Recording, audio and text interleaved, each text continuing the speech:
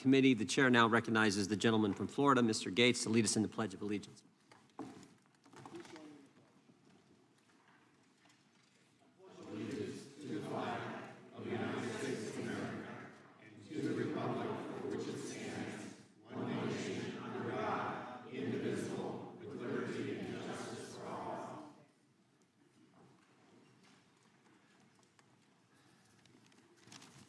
Chair now recognizes himself for an opening statement. November 18th, 2021, an FBI whistleblower discloses to Republicans on the House Judiciary that the FBI created a threat tag for parents voicing their concerns at school board meetings. April 26, 2022, another FBI whistleblower discloses that the FBI employees are being run out of the Bureau for attending conservative political events. May 11th, 2022, another FBI whistleblower discloses that dozens of parents with the threat tag designation to their name are investigated by the FBI. This also happens to be the same whistleblower who said the FBI leadership, not the rank and file members, the FBI leadership is rotted at its core. His clearance has been revoked and he's been suspended. June 7th, 2022, another FBI whistleblower is retaliated against after giving feedback on an anonymous survey. July 27th, 2022, another FBI whistleblower discloses that agents are pressured to reclassify cases as domestic violent extremism cases to hit self-created performance metrics. September 14th, 2022, an FBI whistleblower discloses that the FBI views the Betsy Ross flag as a terrorist symbol. September 19th, 2022, another FBI whistleblower discloses that the Washington field office is deliberately manipulating January 6 case files to make it appear that domestic violence extremism is on the rise. He's been suspended. November 4th, 2022, another FBI whistleblower discloses the FBI accepts private user information from Facebook without the user's consent, and information is from only the conservative side of the political spectrum. This is only a sampling.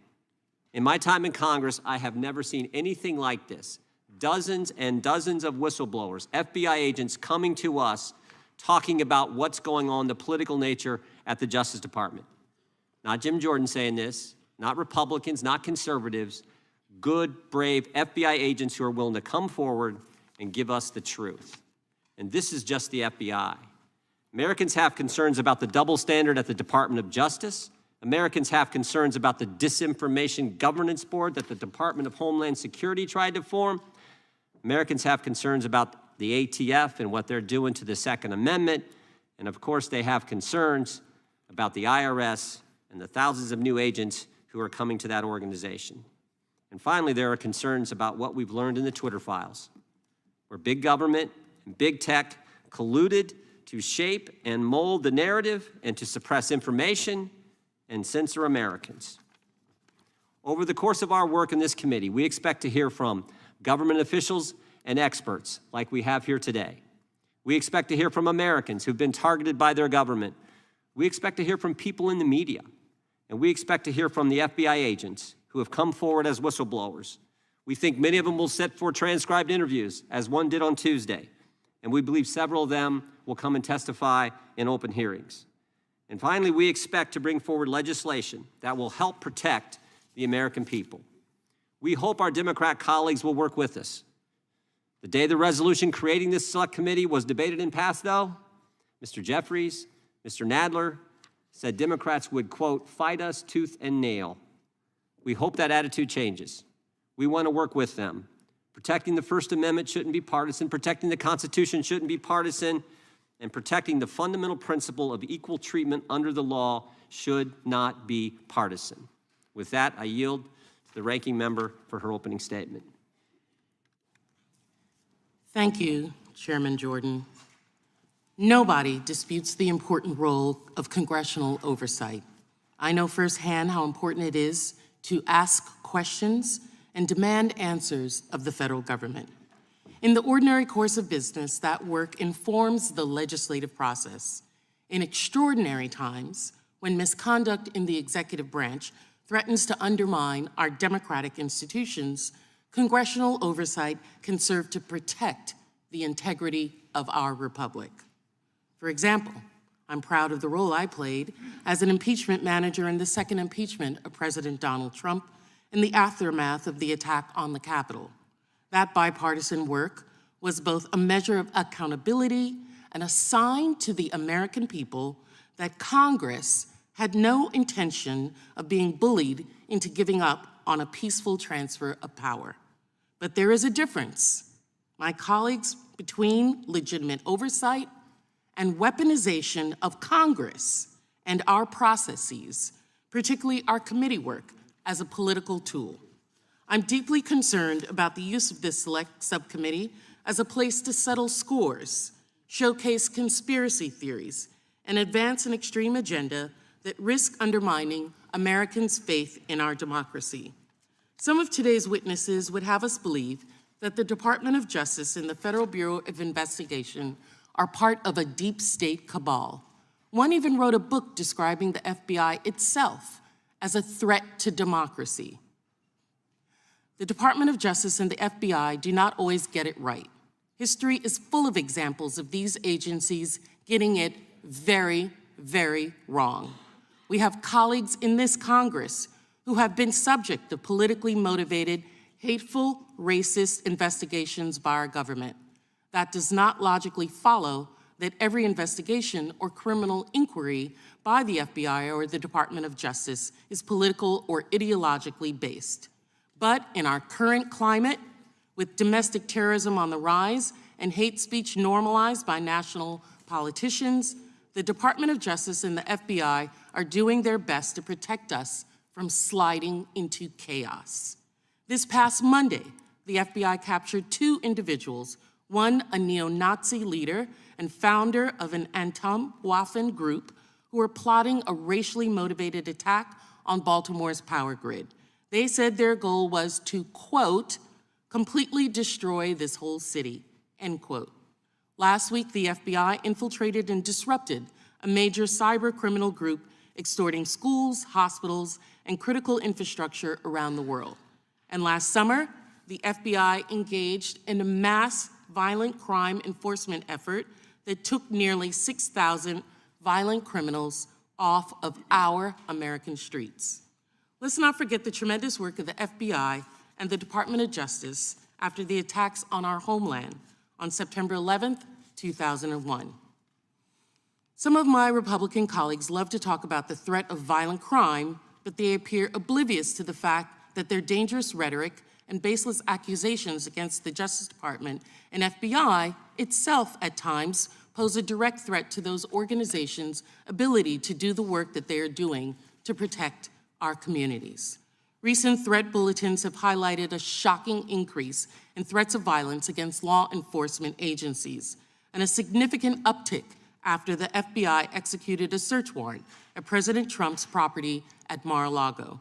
The Federal Law Enforcement Officers Association has vehemently denounced what he described as, quote, politically motivated threats that are unprecedented in recent history and absolutely unacceptable, end quote.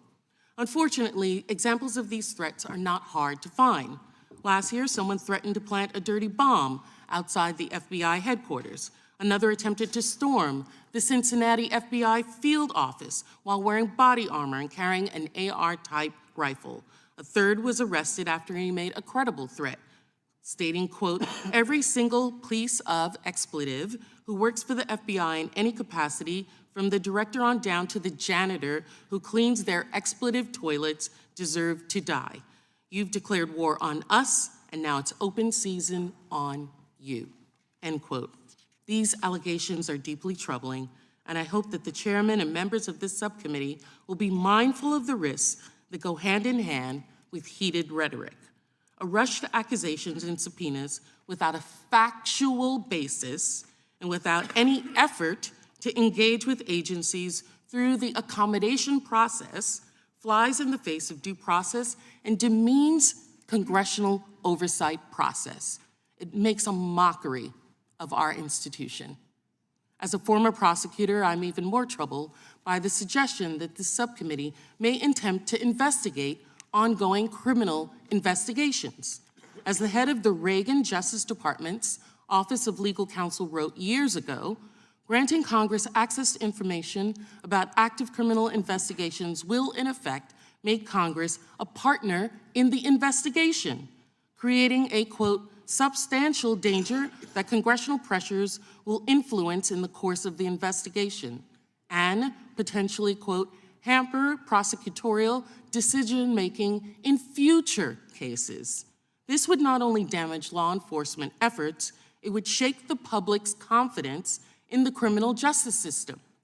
I hope not, but I suspect much of the investigations the majority, my Republican colleagues, want to look into and potentially muck up involve criminal investigations into former President Donald Trump. I want to be crystal clear.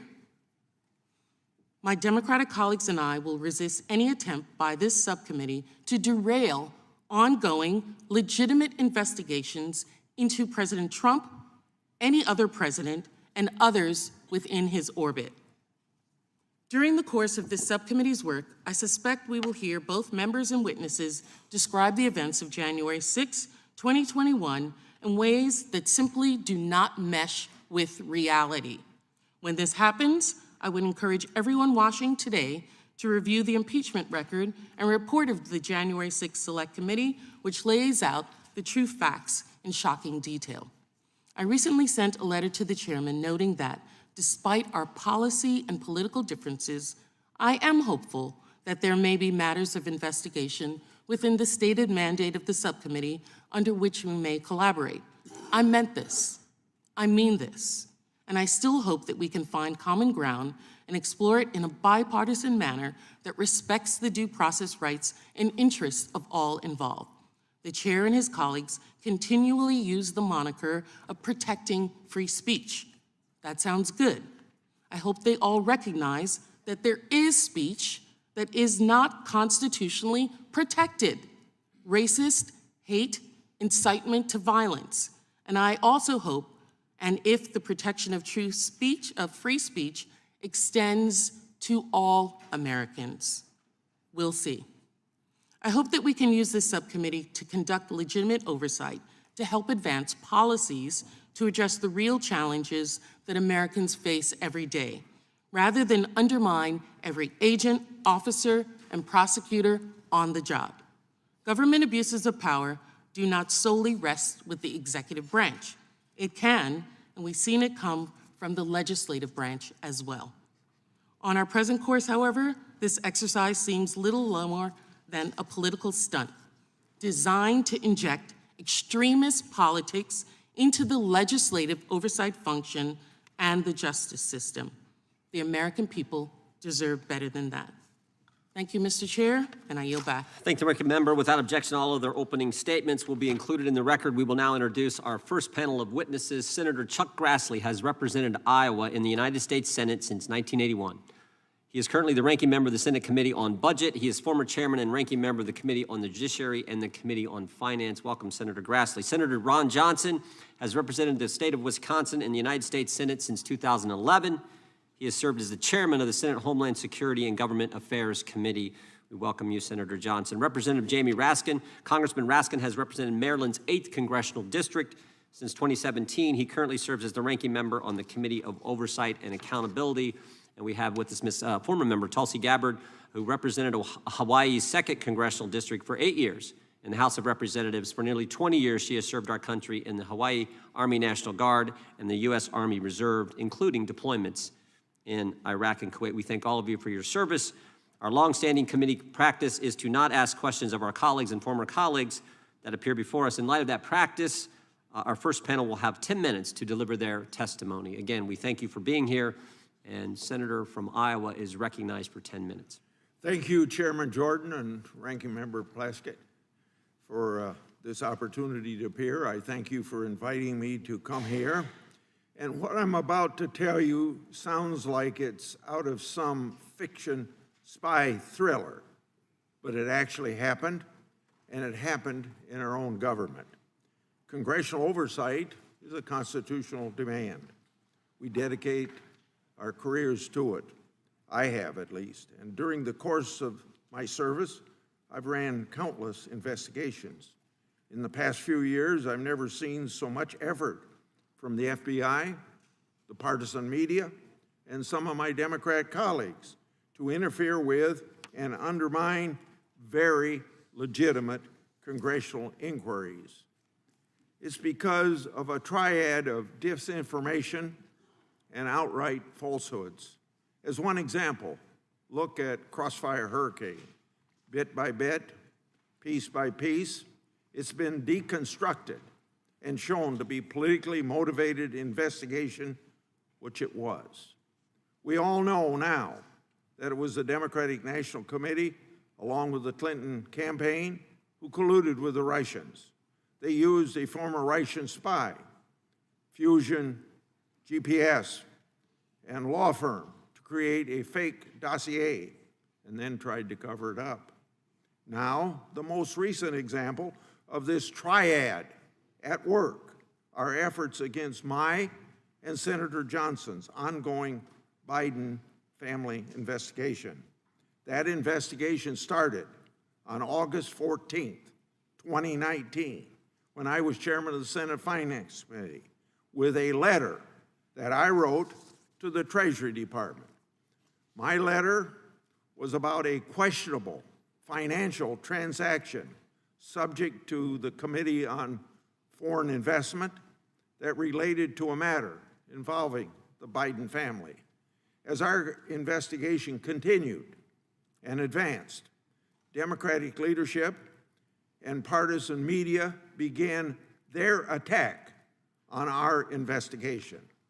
This is where that spy thriller starts to heat up. On July 13th, 2020, then Minority Leader Schumer, Senator Warner, then Speaker Pelosi, and then Chairman Schiff sent a letter with a classified attachment to the FBI. That letter expressed a purported belief that Congress was the subject of a foreign disinformation campaign. The letter was targeted at the Johnson-Grassley investigation. However, the classified attachment included unclassified element that attempted and failed to tie our work to a Russian agent named Andrei Derkash. Unsurprisingly, those unclassified elements were leaked to the press to support a false campaign accusing Senator Johnson of me of relying on material from a Russian agent and thus advancing Russian disinformation. Of course, it was pure nonsense that the irresponsible media portrayed this all as the truth. Guess what then? Chairman Schiff claimed without any evidence whatsoever that our oversight work was rooted in Russian disinformation. Of course, you know, he conveniently left out that our oversight work was actually rooted in official U.S. government and Obama administration records. Then, guess what? Senator Blumenthal also wrote an op-ed in the Washington Post accusing our investigation of, quote, perpetuating Russian disinformation in the U.S. Senate, end of quote. And then, guess what? Minority Leader Schumer and then Ranking Member Wyden tried to offer a resolution in the Senate disparaging our Biden investigation. They, in a sense, were basically calling us Russian stooges. Pretty simple. That violated Senate rules in their efforts and, of course, were appropriately shut down. On July the 16th, 2020, mere days after the July 13th letter, then Ranking Members Wyden and Peters wrote a letter to me and Senator Johnson asking for a briefing from the FBI's Foreign Influence Task Force. Our staff and the Ranking Member's staff had already, now remember, we had already received a briefing March of 2020 that put the issue to rest. So why another briefing? The point being, there was no real purpose for another briefing, let alone a member-level briefing, other than to further undermine our investigation. Some of our Democratic colleagues weren't interested in anything but using the briefing to try and destroy our investigation. But at these Democrats' insistence, the FBI caved. In August 2020, Senator Johnson and I had that infamous briefing from the FBI that was needless. And then, as we had feared, the contents of that briefing were later leaked to the Washington Post, even though the FBI had promised us confidentiality.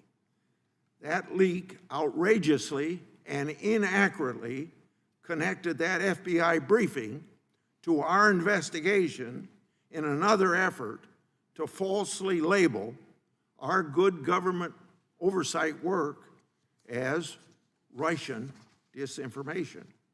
Now, the Wall Street Journal editorial board was on top of it because that board did the right thing and wrote a piece about the briefing titled, quote, "The FBI's dubious briefing. Did the Bureau set up two GOP senators at the behest of Democrats?" End of quote. So, simply put, the briefing was unnecessary and completely irrelevant to the substance of our investigation.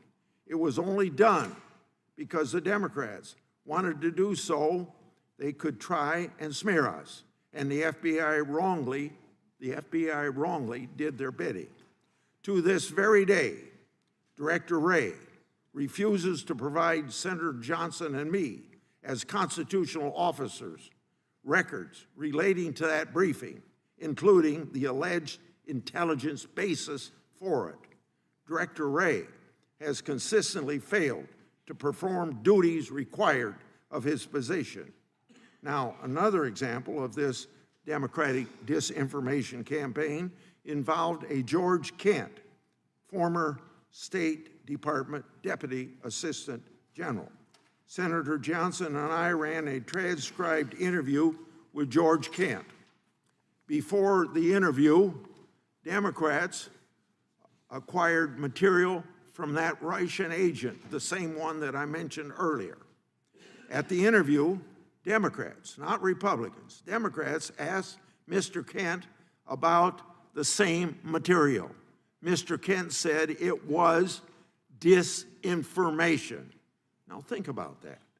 After all the spears the Democrats were throwing at the two of us, in the end, it was the Democrats who introduced Russian disinformation from a Russian agent into the investigative record as an exhibit. A foreign agent whom our own intelligence committee warned was actively seeking to influence U.S. politics. Not me or Senator Johnson, not our staff. It was the Democrats who inserted disinformation from the Russians into our official record. The partisan media and Democrat leadership ought to be ashamed of themselves for fake information if they spread about our investigation. So in the end, they all failed to stop Senator Johnson and me. On August 23rd, 2020, Senator Johnson and I released our first Biden investigation report. Now, I know there's been a lot of talk in this town about Treasury records, and you ought to pursue them. In that 2020 report, we made public the contents of many Treasury records. But we didn't stop there. We issued another report, November 18th, 2020.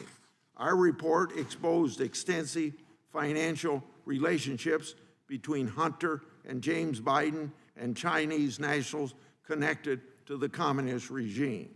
More precisely, Chinese nationals connected to the Chinese government, military, and intelligence services. With the new Congress, of course, Senator Johnson and I transitioned to be ranking members. We hadn't forgot about what the triad of partisan media, FBI and Democrats and leadership did to us. So we don't stop. We did what any congressional investigator worth their salt would do. We gathered even more records to prove them all wrong. We acquired authentic bank records that substantiated findings of our previous two reports. They financially linked Hunter Biden and James Biden to entities and individuals connected with the communist Chinese regime. We also acquired business records with Hunter and James Biden's signatures alongside those same Chinese nationals. How were they supposed to be paid? According to bank records, there were wires from companies linked to the communist regime. In 3-floor speeches, we made those bank records public and asked this question to our partisan detractors, the same ones that I mentioned throughout my remarks, and maybe a lot of others. Are these official bank records Russian disinformation? We also shared hundreds of pages of bank records with U.S. Attorney Weiss. He failed to respond. Now, as our investigation continued, whistleblowers approached my office with allegations that the FBI created an assessment in August 2020, the same month that the FBI briefed me and Senator Johnson. According to these whistleblowers, that assessment was used by FBI headquarters to improperly discredit negative Hunter Biden information as, you might expect, disinformation. As a result, this scheme allegedly caused investigative activity to entirely cease. It's been further alleged to me that in September 2020, the same month Senator Johnson and I released our first report, those FBI headquarters personnel began placing their analysis of the credibility of reporting related to the Biden family in what I've been told is a restricted access sub-file. Further allegations to my office involved FBI personnel at the Washington field office who improperly ordered information to be closed by the FBI related to Hunter Biden's potential criminal conduct in October 2020, just before the election, even though it was verified or it was verifiable. Other whistleblower disclosures to my office make clear that the FBI has within its possession very significant, impactful, and voluminous evidence with respect to potential criminal conduct by Hunter and James Biden. These disclosures also allege that Joe Biden was aware of Hunter Biden's business arrangements and may have been involved in some of them. We still aren't sure what's been done with this information. The FBI's track record doesn't create much faith that the information is going to be followed up on. It's clear to me that the Justice Department and the FBI are suffering from a political infection that, if it's not defeated, will cause the American people no longer to trust these storied institutions. It will also threaten the American way of life.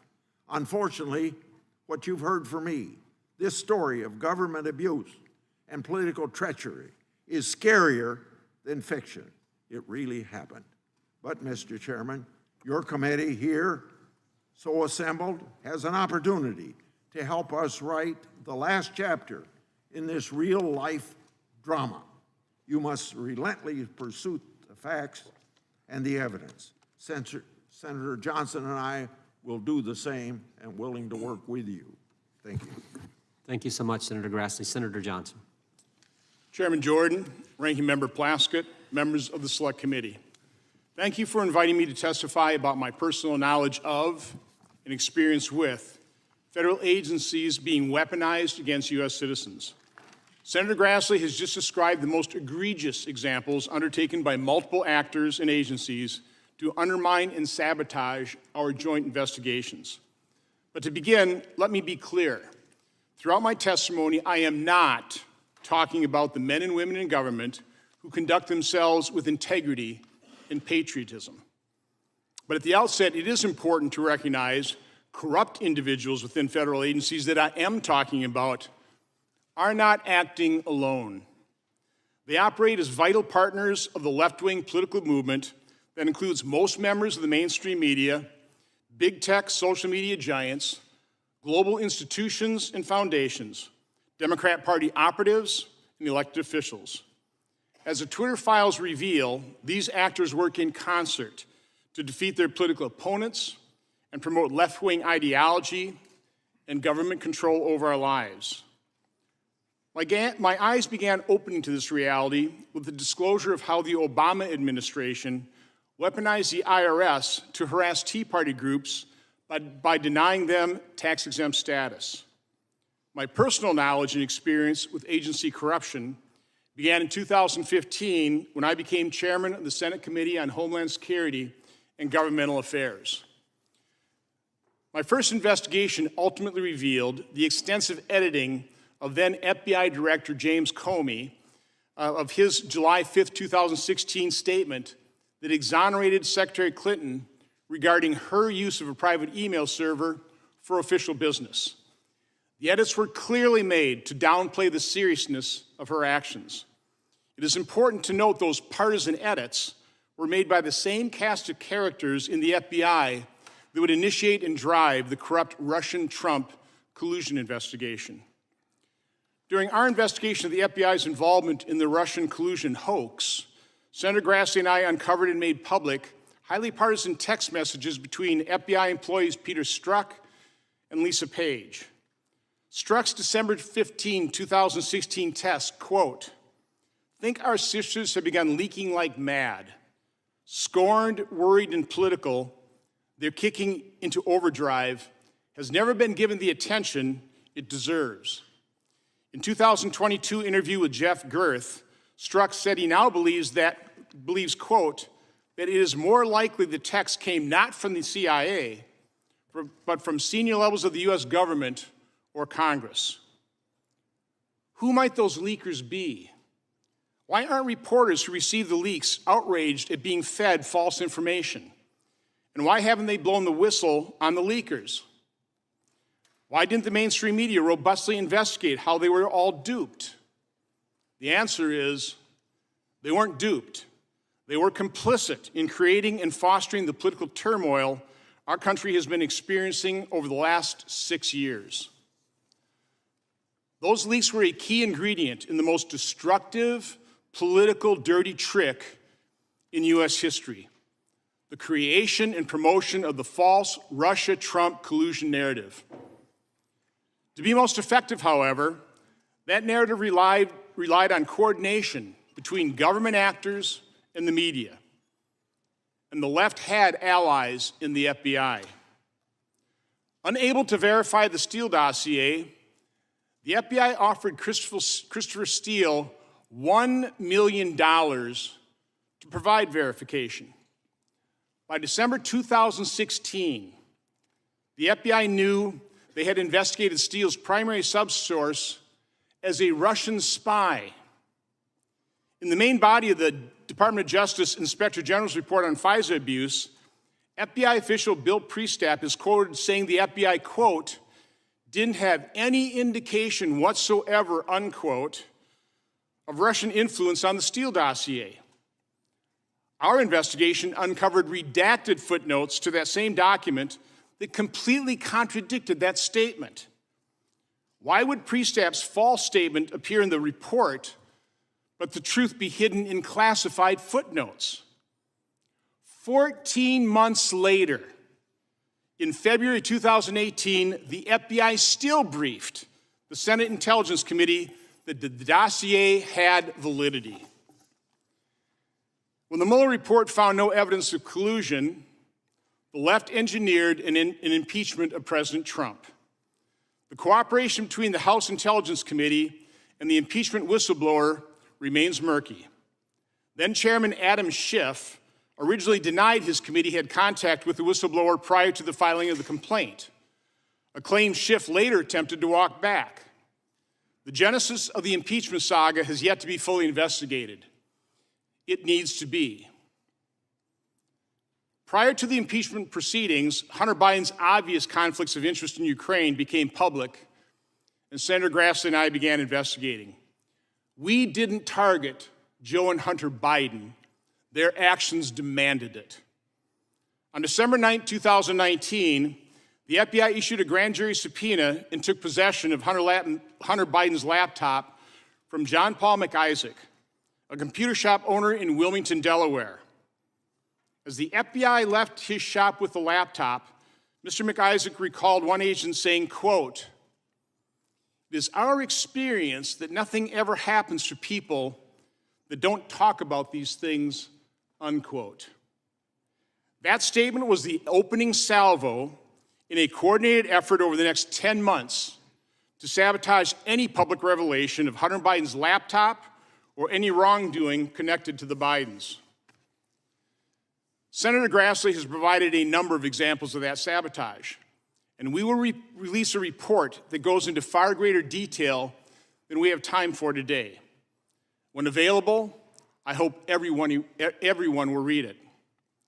Perhaps the most egregious and effective act of sabotage against the truth was the public letter signed by 51 former intelligence officials that claimed the laptop had, quote, "all the classic earmarks of a Russian information operation," unquote. That letter itself was an information operation that interfered with and impacted the 2020 presidential election to a far greater extent than anything Russia ever could have hoped to achieve. Each of those intelligence officials needs to be interviewed to determine how that letter was masterminded. While we all condemned the violence on January 6th, we all condemned the violence on January 6th. The fervor in which the Biden Department of Justice has pursued those protesters and rioters stands in stark contrast to their lack of interest in the summer of 2020 rioters. Serious questions regarding instances of unequal application of justice and violation of January 6 defendants' due process rights remain unanswered. SWAT team arrests and treatment of prisoners are legitimate concerns. And neither the Senate nor House investigations adequately explained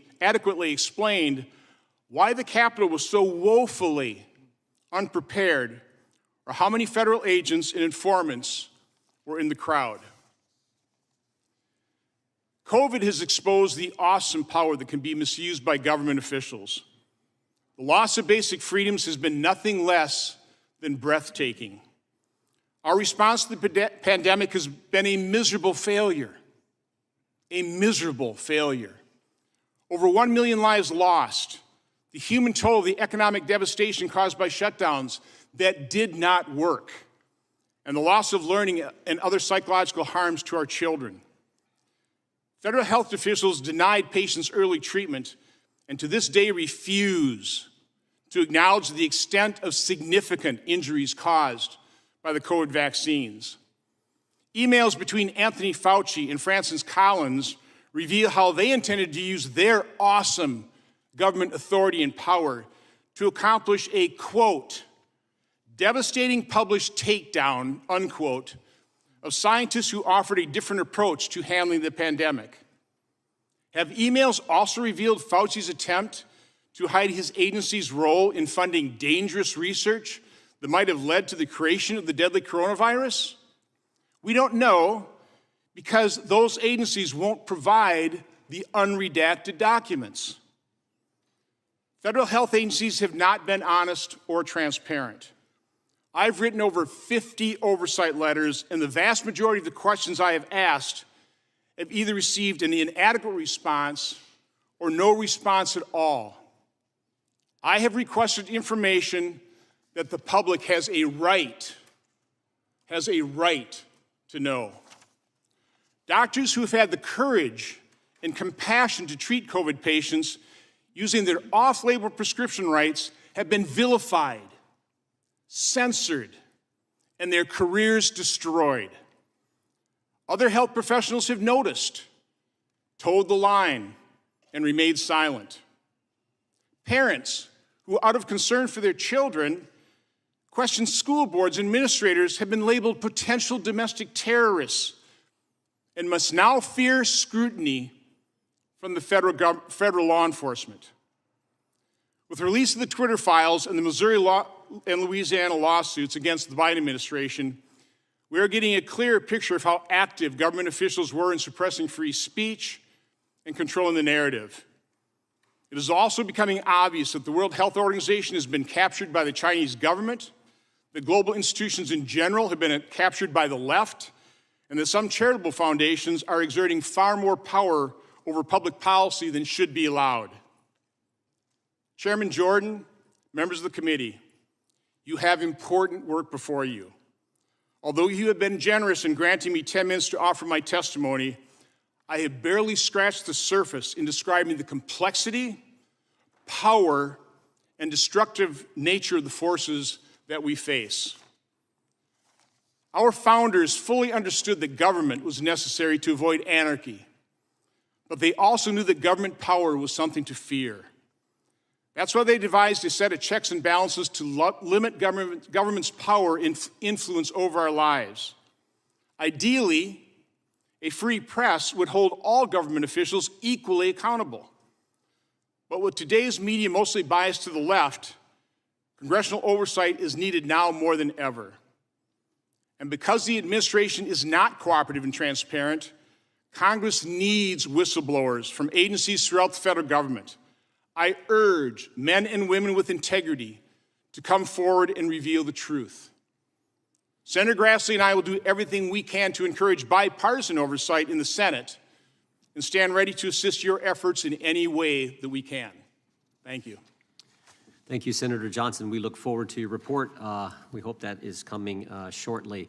We now recognize Representative Raskin for his testimony. Chairman Jordan, Ranking Member Plaskett, dear colleagues, our framers were Enlightenment thinkers who wrote us an Enlightenment Constitution. They wanted government to operate on the basis of facts, science, and common sense, not ignorance and superstition. They wanted America to usher in an age of reason. With the separation of powers, the framers constitutionalized Newton's third law of motion, checking every action with an equal and opposite reaction. And Congress in Article 1 was given the central role of legislating and making progress for our people. The oversight function is not specified in Article 1, but the Supreme Court has always said that it's implied, something necessary and proper for the legislative function. As Madison famously said, those who mean to be their own governors must arm themselves with the power that knowledge gives. Dear colleagues, your subcommittee could conceivably become part of a proud history of serious bipartisan oversight stretching from the Teapot Dome investigation to the Boeing investigation, to the Watergate hearings, to the tobacco hearings, to the Select Committee on the January 6th attack. Or it could take oversight down a very dark alley filled with conspiracy theories and disinformation, a place where facts are the enemy and partisan destruction is the overriding goal. Millions of Americans already fear that weaponization is the right name for this special subcommittee. Not because weaponization of the government is its target, but because weaponization of the government is its purpose. What's in a name? Well, everything is here. The odd name of the weaponization subcommittee constitutes a case of pure psychological projection. When former President Donald Trump and his followers accuse you of doing something, they're usually telling you exactly what their own plans are. By establishing a select subcommittee on weaponization, they're telling us that Donald Trump's followers, who obviously control the subcommittee, will continue weaponizing any part of the government they can get their hands on to attack their enemies, defined as anyone who stands in the way of their quest for power. To be clear, that's not an exclusively partisan operation. They've proven that they will weaponize the government not just against the other party, but against anyone who refuses to bend to the will and whim of one Donald Trump, whether that's a lifelong Republican state election official like Georgia Secretary of State Brad Raffensperger, a foreign head of state like President Zelensky, a political movement like Black Lives Matter, a once close personal friend and ally of Trump's like his personal lawyer Michael Cohen for many years, or even a sycophantic Trump cabinet appointee and lifelong Republican like Attorney General William Barr, if these people break from the habits of lying and lawlessness that define life as a camp follower in the cult of Donald Trump. But if the weaponized MAGA campaign isn't exactly partisan, it is entirely political because it's got an overriding electoral focus, and you know what it is. It's all about restoring Donald Trump, the twice impeached former president, to the office he lost by 7 million votes in 2020 and tried to steal back in a political coup and violent insurrection against our constitutional order on January 6, 2021. You disagree? Well, please don't take my word for it. As our chairman might say, just listen to what Chairman Jordan himself had to say 6 months ago at the Conservative Political Action Conference in Dallas, where he was predicting GOP victory in the 22 elections and promising that oversight of Hunter Biden's laptop and the claim that the federal government is treating moms and dads, like the ones in this room, like terrorists, would be the centerpiece of the GOP's work in the House when they got it back into power. Relaxing with a friendly interviewer, Chairman Jordan gave the game away entirely. Quote, "All those things need to be investigated just so you have the truth," he said. Plus, that will help frame up the 2024 race when I hope and I think President Trump is going to run, and we need to make sure that he wins. We need to make sure that he wins. This call to arms for the 2024 presidential election was met with wild applause from the CPAC audience. I urge every member of this subcommittee to go and watch the interview. Now, of course, a serious bipartisan committee focused on weaponization of the government would zero in quickly on the Trump administration itself, which brought weaponization to frightening new levels across the board. Consider just a few examples I have time for, illustrative of dozens I can provide the subcommittee. One, in a 6-week period in 2020, Donald Trump fired or removed 5 different departmental inspectors general simply for doing their jobs and not caving into Trump's coercive political demands to cover up different forms of administration wrongdoing and misconduct. April 3rd, 2020, Trump informed Congress he was firing Intelligence Community Inspector General Michael Atkinson, who had received a whistleblower complaint in August 2019 about improper demands made by Trump to Ukrainian President Vladimir Zelensky. In May 2020, Trump fired Steve Linick, IG of the State Department, later claiming he had no idea who he was and saying that he fired him only at Secretary Pompeo's request. That inspector general was investigating Pompeo's decision to bypass Congress in sending billions of dollars in arms to Saudi Arabia. I don't have time to get into the details of the others, but May 20, he fired Mitch Bem, the transportation deputy IG. He relieved of duty Glenn Fine, acting IG for the Defense Department. He removed Christy Grimm, the acting inspector general of HHS.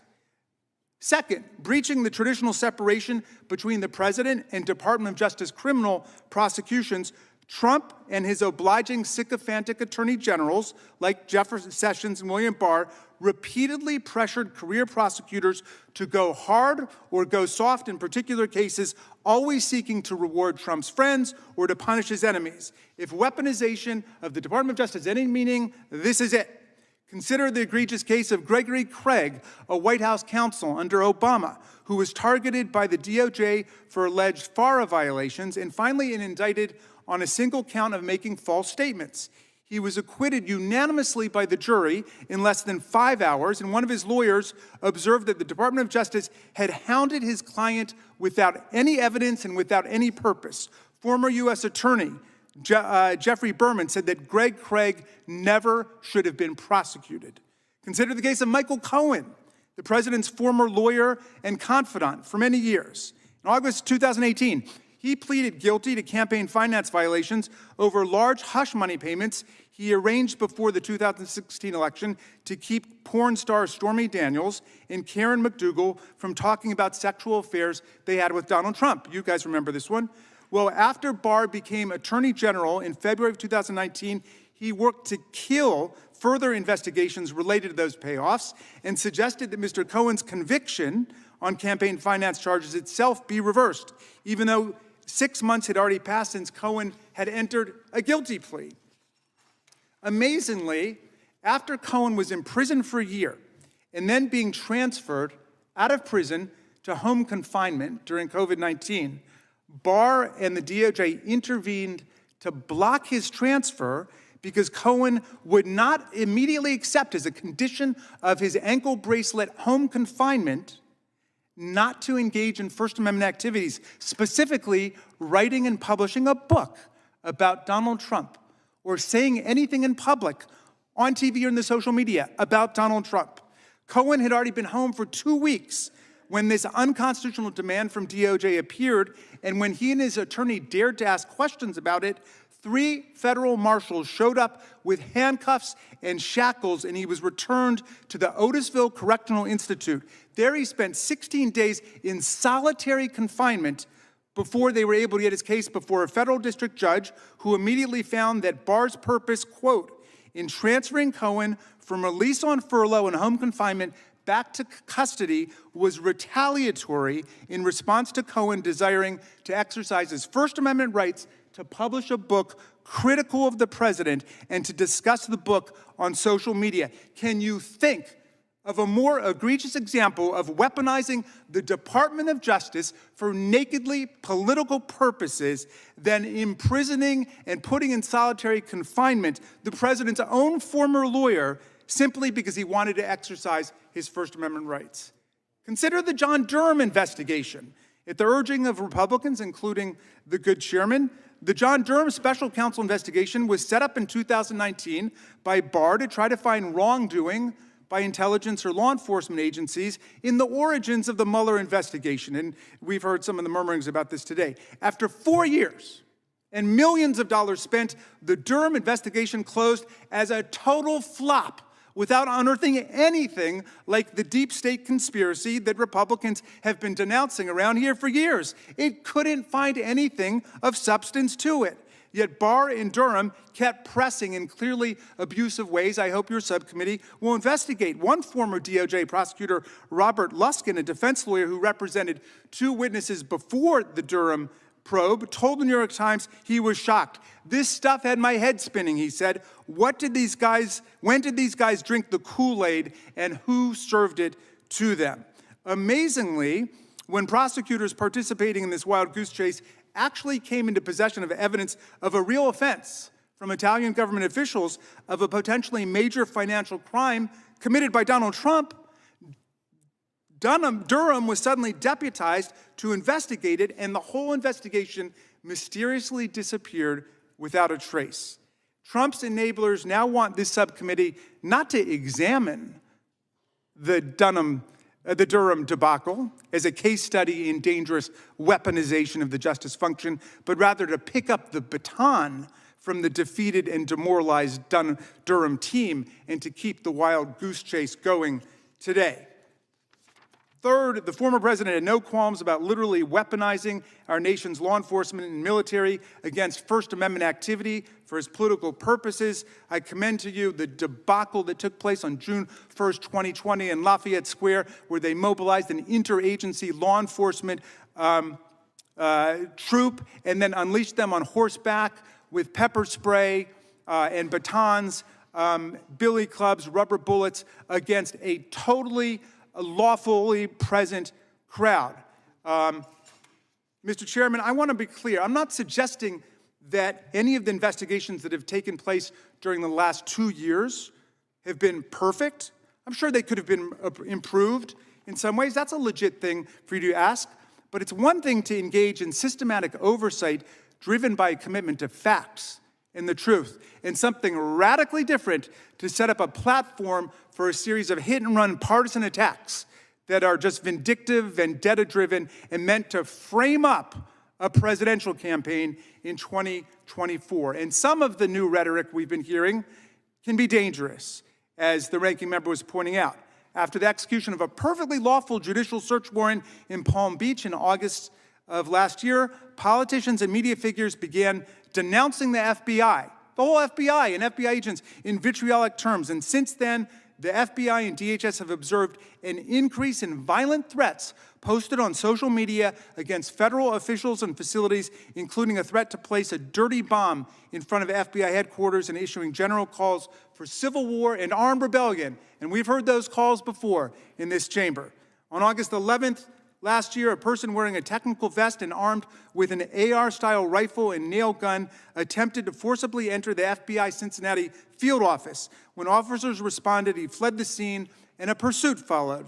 During a prolonged standoff with the FBI, the man fired multiple shots at Ohio State Highway Patrol. Mr. Chairman, the public is skeptical about this strange new venture with the strange new name that's being launched, because so many of the members involved have done everything they can to block the January 6th committee's investigation of the worst insurrectionary domestic violent attack on an American election in the American Congress in our history.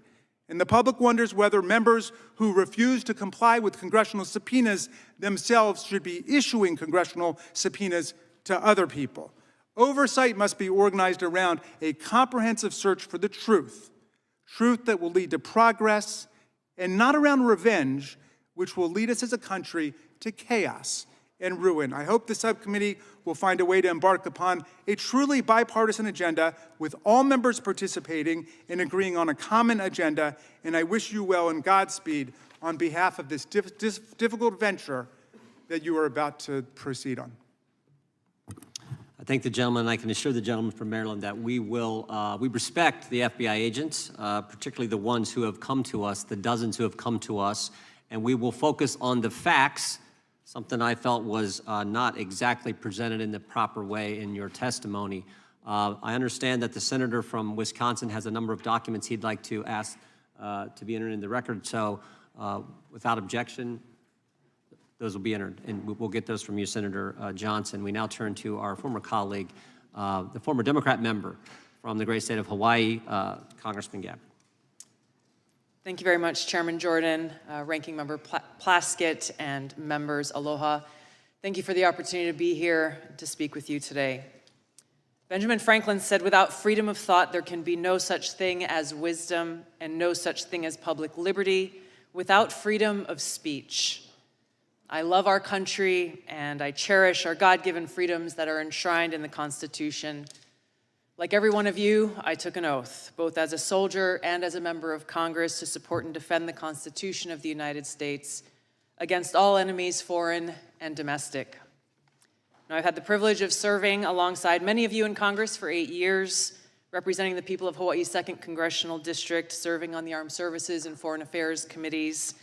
I'm honored to be able to continue to serve as a Lieutenant Colonel in the U.S. Army Reserves now for almost 20 years, where during that time I deployed to 3 war zones and participated in multiple overseas training exercises, where I had the opportunity to see firsthand what life is like in countries where there is no First Amendment, where there is no free press, where government deems itself to be the moral arbiter to its people, dictating to them what is right and wrong, what can and cannot be said, who can speak, who cannot, who is free to worship, and who is not. Now, our founders understood the importance of enshrining our God-given freedoms in the Constitution and Bill of Rights to ensure that no matter which party or person may be in power at any given time, our founding documents serve as a reminder of these freedoms that are guaranteed to every American. Thomas Paine said, "He that would make his own liberty secure must guard even his enemy from opposition.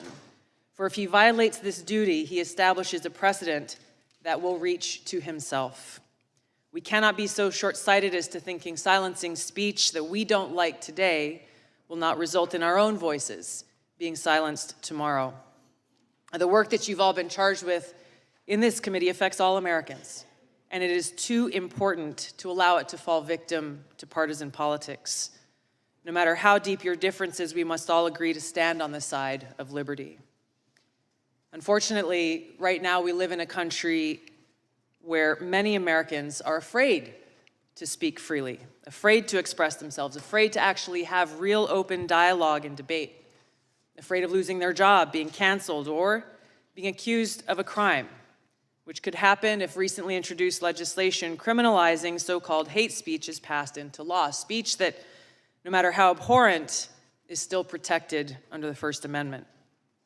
Now, this fear and this culture of fear and self-censorship is not unfounded. We have individuals in our government often working through their arms in the mainstream media and big tech, doing exactly what our founders rejected, trying to control what we, the people, are allowed to see and say under the guise of protecting us from so-called misinformation or disinformation.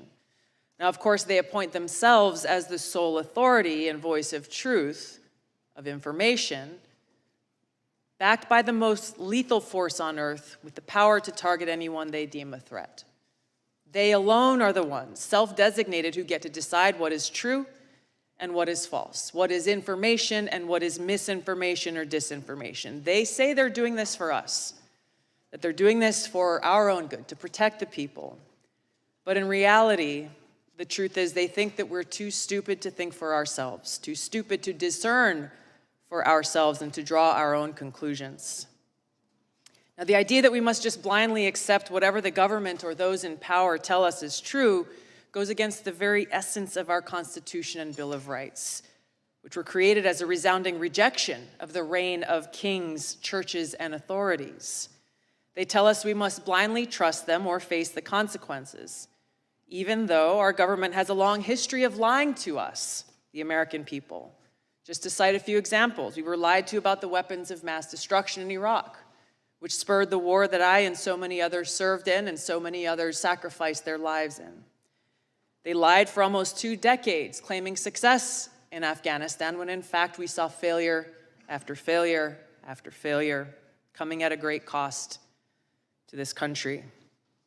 We saw lies about Vietnam that were revealed in the release of the Pentagon Papers. We saw lies about our own government illegally surveilling Americans. These are just a few examples. There are many more. Ranking Member Plaskett talked in her opening comments about how individuals in the FBI also throughout our country's history have abused their power, weaponizing those agencies to advance their own political interests. This is not and cannot be reduced to a partisan fight. The stakes are too high. We all must recognize our own responsibility to stand against such abuses. But as we sit here today, the danger is that if we choose to reject or challenge whatever those in power declare is the so-called truth, we are accused of being anti-authority. We are accused of being a danger to society, accused of spreading misinformation, and are then targeted, smeared, and called things like Russian asset, white supremacist, bigot, racist, sexist, extremist, traitor, and so on. More dangerous than any baseless smear, our own government institutions, which exist to serve the people, they are being weaponized against us. The Department of Homeland Security declared a heightened domestic terrorism threat due to 3 factors, the first of which is, quote, the proliferation of false or misleading narratives which sow discord or undermine public trust in U.S. government institutions, end of quote. They are the ones who get to decide what those false or misleading narratives are. Former CIA Director John Brennan said in 2021 that, quote, members of the Biden team are now moving in laser-like fashion to try to uncover as much as they can about what looks very similar to insurgency movements that we've seen overseas.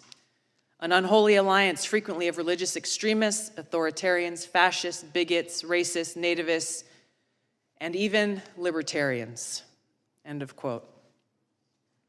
Attorney General Garland charged his newly created domestic terrorism unit with targeting those who hold, quote, anti-authority views. That included parents who dared to protest at Board of Education meetings, concerned and standing up for the right for themselves to have a say in their children's education. A draft copy of the Department of Homeland Security Quadrennial Homeland Security Review outlined their intent to target quote-unquote inaccurate information on a whole host of topics to include the origins of COVID, vaccines, the U.S. withdrawal from Afghanistan, and U.S. support to Ukraine.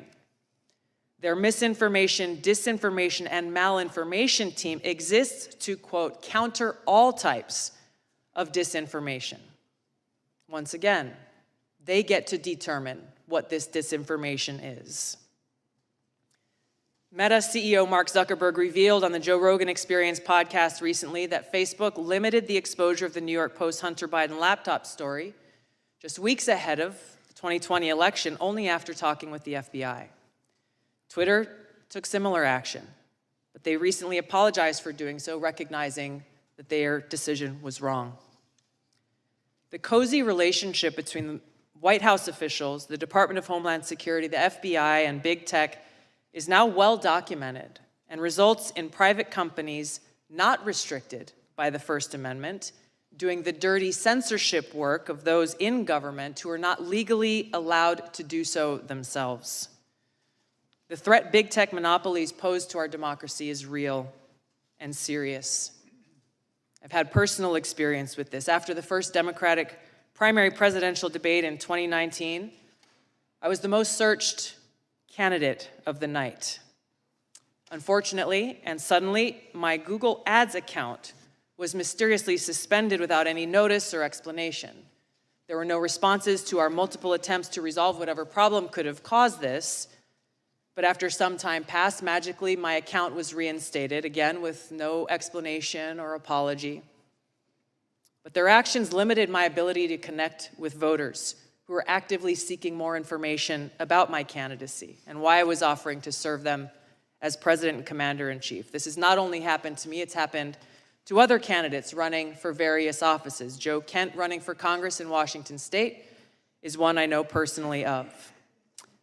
This happens all the time, with these big tech monopolies interfering in our democracy by manipulating search results based on whatever it is that they want the American people to know about a particular candidate or issue that should be concerning to any one of us and all of us. Now, recently, we've learned that with the release of the Twitter files detailed by Matt Taibbi and others, high-level former FBI and CIA and other government officials were behind Hamilton 68 and their list of 644 social media accounts supposedly linked to, quote, Russian influence activities online. Now, Hamilton 68's work was widely cited as fact by institutions like Harvard and Stanford, by mainstream news organizations across the board, by members of the House of Representatives and Senate from both political parties, including the head of the Intelligence Committee. The problem is, it was false. Twitter themselves determined that the vast majority of accounts that Hamilton 68 targeted on this list of 644 were, quote, neither strongly Russian nor strongly bots, end of quote. They were mostly anti-establishment American voices from across the political spectrum. I was one of them. Former Secretary of State Hillary Clinton accused me, a sitting member of Congress, a soldier, and a candidate running for president, of being, quote, groomed by the Russians. Her baseless smear worked as intended. It was something that was repeated over and over, headline after headline, article after article, pushed online in every way. This had the harmful impact that was intended. I could give you many examples of interactions that I've had with people throughout that campaign and still today. But I remember one in particular that had an impact. Just weeks after this statement was made, I was in South Carolina at a campaign event when an elderly woman came up to me, and I could tell that she was very disturbed. She came up and she put her hands on my shoulders and she looked into my eyes, her eyes welling up, hands shaking, and she said, "Look me in the eyes. I need to know if you are working for Putin." She was serious. I couldn't believe it. I looked her straight back in the eyes and expressed to her from my heart how much I love this country, so much that I'm willing to die for it. More recently, U.S. Senator Mitt Romney accused me of treason, a crime that is punishable by death under our laws. I challenged him to back this serious allegation up with evidence. What was this based on? There was no response, no explanation, no evidence, and certainly no apology. Now, these accusations are often shrugged off as, well, hey, it's politics. People say things about each other all the time. That may be easy for some of you to say, but for somebody who wears the uniform, this is serious. And it's serious not only to me, but to my fellow service members and veterans, every one of us making a decision at some point in our lives to raise our right hand, prepared and volunteering to lay our life down for this country. What does that mean in reality? It means that before every deployment, in our own hearts, we have to make peace with the possibility that we may not come home. It means writing letters to our loved ones, trying to find the words to express our love and gratitude, knowing that that may be our final goodbye. It means for those of us who do come home, doing our best every single day to honor the great sacrifices of our brothers and sisters who paid that ultimate price. This is much bigger than me or any one individual. When those who dare to challenge the establishment are targeted by this powerful conglomerate of government, corporate media, and big tech, weaponizing all that they have against the people for their own selfish gain, it has a dangerous chilling effect on free speech, and it sends a very powerful message. If you dare to challenge us, we will come after you. The more we allow this to happen, we start looking less and less like a democratic republic and more like a banana republic. Instead of a government ordained to secure these rights, we are now increasingly facing a government determined to take those rights away. George Washington warned, "For if men are to be precluded from offering their sentiments on a matter which may involve the most serious and alarming consequences that can invite the consideration of mankind, reason is of no use to us. The freedom of speech may be taken away, and dumb and silent we may be led like sheep to slaughter." We have to stop this insanity and protect these sacred freedoms. Vanquish the fear and self-censorship that is now pervasive. Every one of us taking action to breathe new life into the open marketplace of ideas that is at the heart of a thriving democracy, encouraging vigorous and substantive debate, encouraging people to think for themselves so we can draw our own conclusions, where we can disagree without devolving into hate, where we can respect each other as fellow Americans and treat each other with aloha. The work you have before you is critical for all of these reasons. The stakes are high. The consequences, for better or worse, will be long-lasting. And for the sake of the American people, our freedom, and the future of this country we love, I pray we can set aside our partisan differences and commit to standing together to defend the constitutional right of every American to live free. Thank you, Mr. Chairman. Thank you, Congresswoman Gabbard. We appreciate those fine remarks. Congressman Raskin, we thank you for being here. Senator Johnson, we thank you as well for your testimony. The committee will stand in recess for 5 minutes more or less to get ready for the second panel. When did you ready?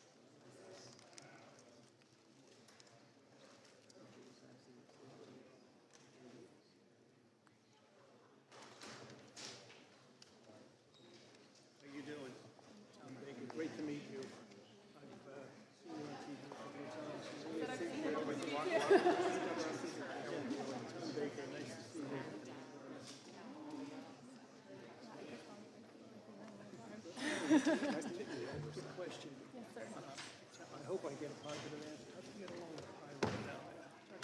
Yeah. I liked him a lot. I met him years ago when he first came back from overseas. And he impressed me, and I talked to him a lot.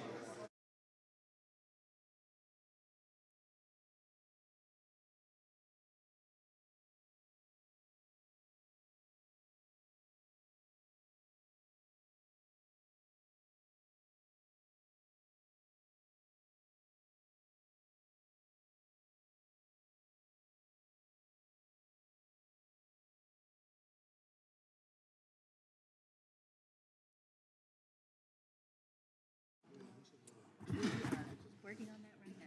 Just let me know so I can.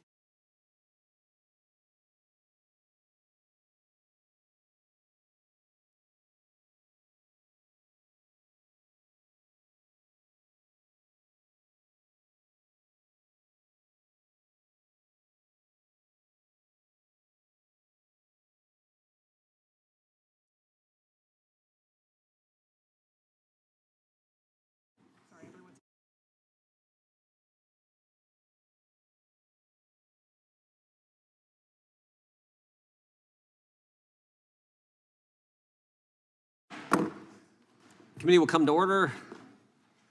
We'll introduce our second panel.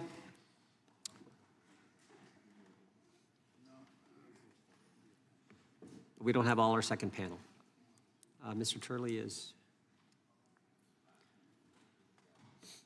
Mr. Baker, Mr. Thomas Baker is an international law enforcement consultant. He served for more than 33 years as special agent with the FBI, including in leadership positions overseeing terrorism and other criminal investigations. Mr. Baker, thank you for being with us. Professor Jonathan Turley is the J.B. and Maurice C. Shapiro Professor of Law at George Washington University Law School. He has written extensively on topics like constitutional law and has served as counsel to whistleblowers, military personnel, judges, members of Congress, and a variety of other clients. Mr. Elliott Williams is a principal in the Government Affairs and Policy Council Practice Group at the Rabin Group. He has served as Deputy Assistant Attorney General for Legislative Affairs at the Department of Justice and Assistant Director for Congressional Relations at U.S. Immigration and Customs Enforcement.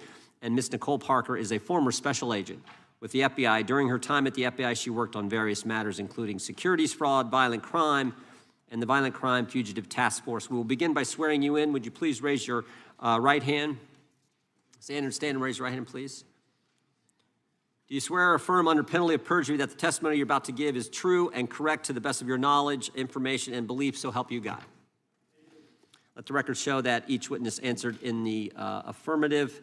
Please know that your written testimony will enter into the record in its entirety. Accordingly, we ask you to summarize your testimony in 5 minutes, and then we'll go through it, and then we'll get to questions. The microphone's in front of you. You all done this, I think, before, most of you.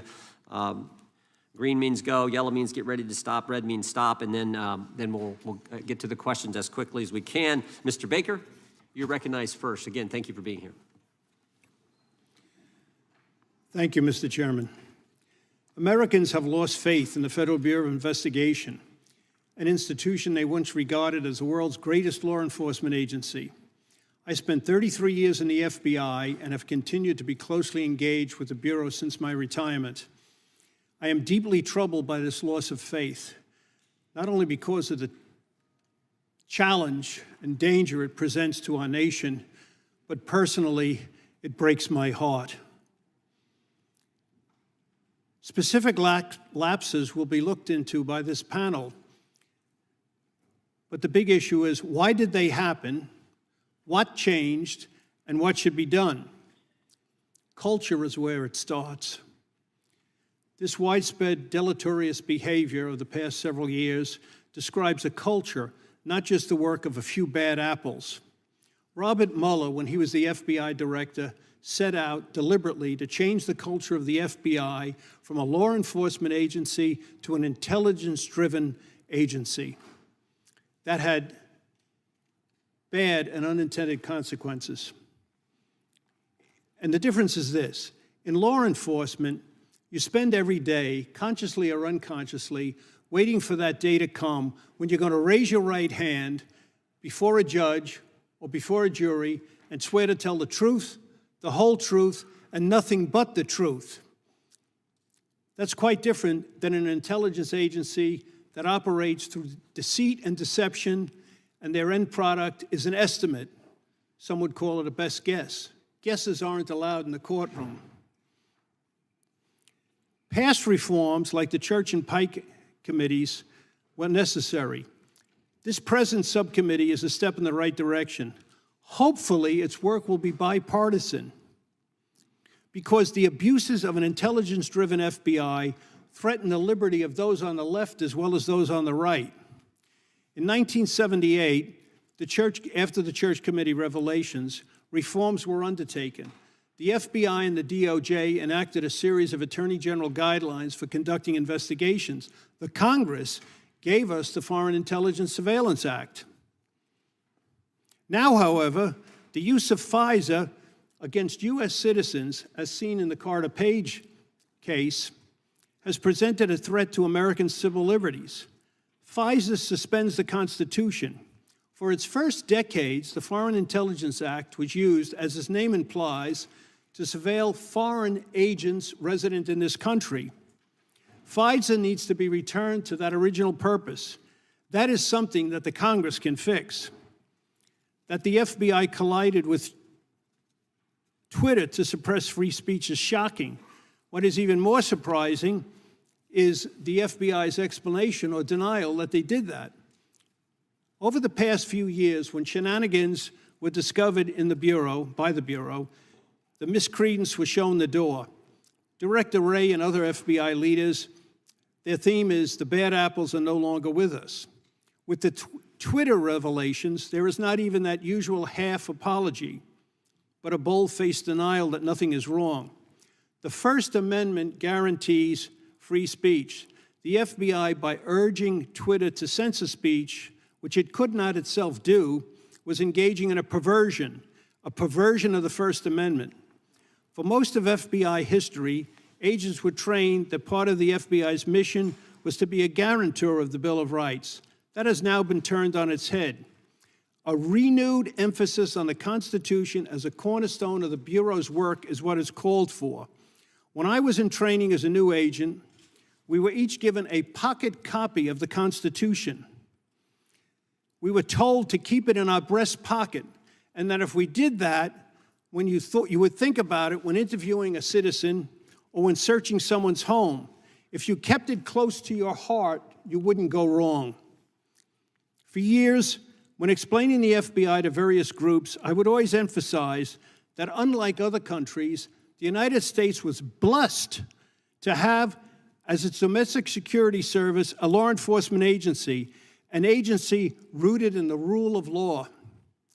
The United States now may be cursed to have a domestic intelligence agency with police powers. We may never get the Bureau back to the culture of a tell-the-truth law enforcement agency that I lived and loved in the pre-9/11 era, but the effort of reform is worth it, noble, and direly needed. I thank you all for your efforts. Thank you, Mr. Baker. Appreciate your testimony. Professor Turley, recognized for 5 minutes. Thank you, Chairman. Thank you, Chairman Jordan, Ranking Member Plaskett, members of the subcommittee. It's an honor to appear before you to discuss this subject. It is my sincere hope that there is room for bipartisan agreement, even in these times, when we talk about the government's role in regulating speech. We all are here today because we all have a deep love for this country. We come from different backgrounds, different parts, but we share that common article of faith. I'd like to speak to that today. These are difficult questions that I'm going to address, and these are divisive times, but they transcend politics. Notably, in yesterday's hearing in the Oversight Committee, James Baker said that he also thought there might be need for legislation. This is the former Twitter executive, former FBI general counsel, and he said there might be need for legislation to limit the role of the FBI and other agencies in their relationship with social media companies. I think that that is true. But one of the reasons that this committee has a difficult task before it is that there is a crisis of faith, and it's not just simply with some of our constitutional values. Polls are showing that people have a distrust for the federal government, but also with the FBI. 20% in a recent poll said that the FBI was the greatest threat to the country. Only 40% of Americans said that they trust the FBI most of the time. 53% said they felt the FBI was acting politically. I'm not saying that those results are warranted. What I'm saying is it's a serious problem when the public, large portions of the public, have that level of distrust. My testimony that I've submitted to the record goes through the constitutional and case law that applies to this issue of when the government goes too far. And I say that these are really very heavily contested questions. There are cases on both sides. And in some of my discussions, I say that actually I think the social media companies have a better argument. And in some parts, I think that there are legitimate issues here that might trigger the First Amendment. There are two different aspects to that analysis. One is that we do have direct action shown in the Twitter files by government employees. So we don't have to get into what I spend most of my time on, which is agency theory under the First Amendment. We know that there were dozens of federal employees who tagged or targeted particular posts and posters for possible elimination and suspension. Now, we can question whether that was a directive or a partnership or a coordination, but there was direct government conduct. So the question for this committee, first and foremost, is do you want your government in that business? And we can have, I hope, a civil and respectful conversation about that. What's interesting about the Twitter files is that they establish what could be viewed as an agency. Now, as I go through a lot of the cases in the past, courts have really struggled with this. At what point does a private party become an agent of the government? Cases like Page and others say that you can have that. Even if, by the way, the private agent turns down some requests, you can have that. And I go through the various tests that apply. I also go through three things that are established. One, this may be the largest censorship system in the history of our country. Twitter alone reaches 450 million people. They're 15th on social media. Companies like Facebook dwarf them in terms of their size. It is a censorship system. The ACLU has made clear that censorship can be both in government or private form, and it certainly can be in a government and private type of coordination. Second, this is beyond what agencies usually do. This was not the FBI responding to criticism of the FBI. It was generally policing this thing called disinformation. And eventually they tagged things like jokes. They tagged just a ridiculous scope of information that they believed could be removed. And then third, what we have here on these, in terms of what the government's doing, is what we've seen before. Even if you assume that this does not create an agency relationship, it's wrong. It's wrong for the government to be in the business of silencing citizens. It's wrong. We saw it during the McCarthy period, where the government was behind the blacklisting of individuals. We said it was wrong. It was wrong then. It's wrong now. We have to have that debate. And it has to move somewhere beyond our normal partisan divisions. Adlai Stevenson said that when there's a loss of faith in government, we lose everything. I hope that Senator Stevenson's words resonate with members of this committee. We have everything at stake when you have the government involved in censorship. And so I thank you again for allowing me to appear, and I look forward to working with members on both sides to look at this issue. Thank you. Professor, thank you. Thank you for stating the gravity of the situation and the question before us. Mr. Williams, you are recognized for 5 minutes. Thank you, Mr. Chairman, Ranking Member Plaskett, and members of the subcommittee. Thank you very much for inviting me to testify today. My name is Elliot Williams, and over the course of 15 years, I had the honor of serving in all three branches of our government.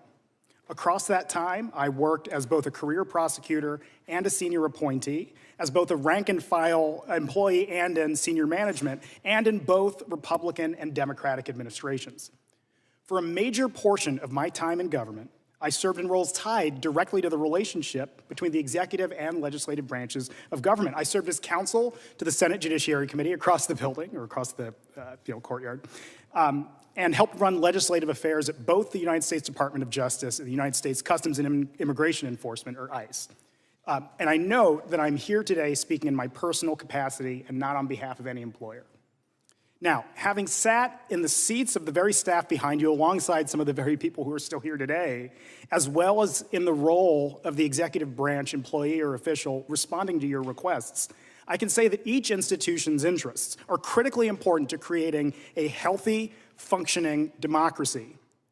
When they collide, it is crucial to recognize that our institutions are best served by reaching compromises or accommodations, and we're going to hear that word again in a moment, that protect the core interests of each branch of government.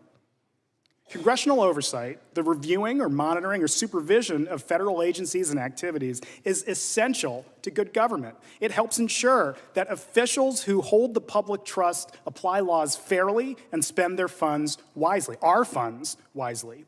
It uncovers abuse and uproots waste. It encourages efficiency and fosters transparency. Now, this is a two-way street where Congress ends up better informed when making its legislative decisions, and the executive branch is in a better position to carry out its enforcement of our laws. Now, there is a natural and perfectly reasonable push and pull of constitutional and legal interests when two branches of governments interact. But too much pushing or pulling from either side poorly serves the American people and does not serve the work of the American people. Now, each branch of government, and I mean the legislative and executive, have a tremendous amount to lose and a lot to gain in the process. It's in the interest of people at both ends of Pennsylvania Avenue and across the country that our institutions and our democracy function properly. Now, Congress and the Justice Department, both where I worked for a long time, have recognized this principle. The Justice Department has attempted throughout the years to balance satisfying legitimate legislative interests with protecting the executive branch's confidentiality interests. An obvious example arises when disclosure of case materials from an open criminal case or civil case might be disclosed to the public or to Congress. There might be a significant public interest in the Justice Department's efforts to protect those materials. Likewise, Congress has a very long history of engaging in responsible oversight, and bipartisan oversight at that matter, of the executive branch. This means reaching accommodations that have regularly included narrowing requests for information, limiting access to information that's provided by the executive branch, or even at times delaying a congressional investigation until the work of the Justice Department in the form of prosecutions or declinations are completed. For instance, here's an example. In the early 2000s, the House Oversight Committee wanted to obtain documents from Special Counsel Patrick Fitzgerald's investigation into the leak of the covert identity of CIA officer Valerie Plame. They consulted, this is the committee, the Oversight Committee, consulted with the Special Counsel and agreed to delay receiving information until after the end of the litigation or after the investigation and litigation. Even then, the chair of the committee worked closely with the special counsel to narrow his requests that the special counsel agreed would not infringe on his prosecutorial independence or intrude upon grand jury secrecy, which, as many of you know, is protected by law, under the law. Both sides here, Congress and the executive branch of the Justice Department, had interests. They both balanced them for the good of democracy, the health of our institutions, and transparency for the American people. Now, as with any process of negotiation, not every party will always receive what they seek to recover, nor will they be able to protect every bit of information they wish to shield. That is not a bad thing, and we will talk about that over the course of the day. Needless to say, thank you again for inviting me to testify, and I look forward to answering any questions you might have. Thank you, Mr. Williams. Ms. Parker, you're recognized for 5 minutes. Ms. Parker, hit that button. There you go. Thank you. Chairman Jordan, Ranking Member Plaskett, and members of the subcommittee, I would like to thank you for inviting me to come and respectfully speak to you today. The people of this country deserve the right to have faith in those sworn to protect. Faith is the foundation of hope, and hope can be restored through honest reflection of who we have become and who we could and should be. On September 11th of 2001, I was working for Merrill Lynch in the World Financial Center in New York City. I witnessed up close the horrific, deadly terrorist attacks on the adjacent World Trade Center. My colleagues and I evacuated our building and were led to safety thanks to the heroic efforts of NYPD officers. 2,977 souls were not as fortunate that day. As I watched the mayhem unfold to include people jumping to their deaths, I was shocked, heartbroken. I vowed to God that I would give back and serve this great nation. This vow led me to leave a multi-billion-dollar hedge fund in 2009 and apply to become an FBI special agent. According to the Wall Street Journal, around 45,000 people applied to be special agents that fiscal year.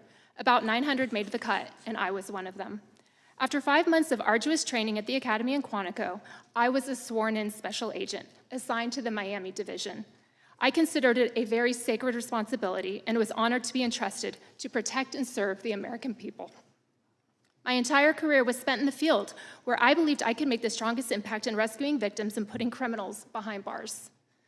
It was my privilege to work alongside the finest and brightest in the FBI, local law enforcement, and our federal partners, participating in the investigations of myriad criminal cases.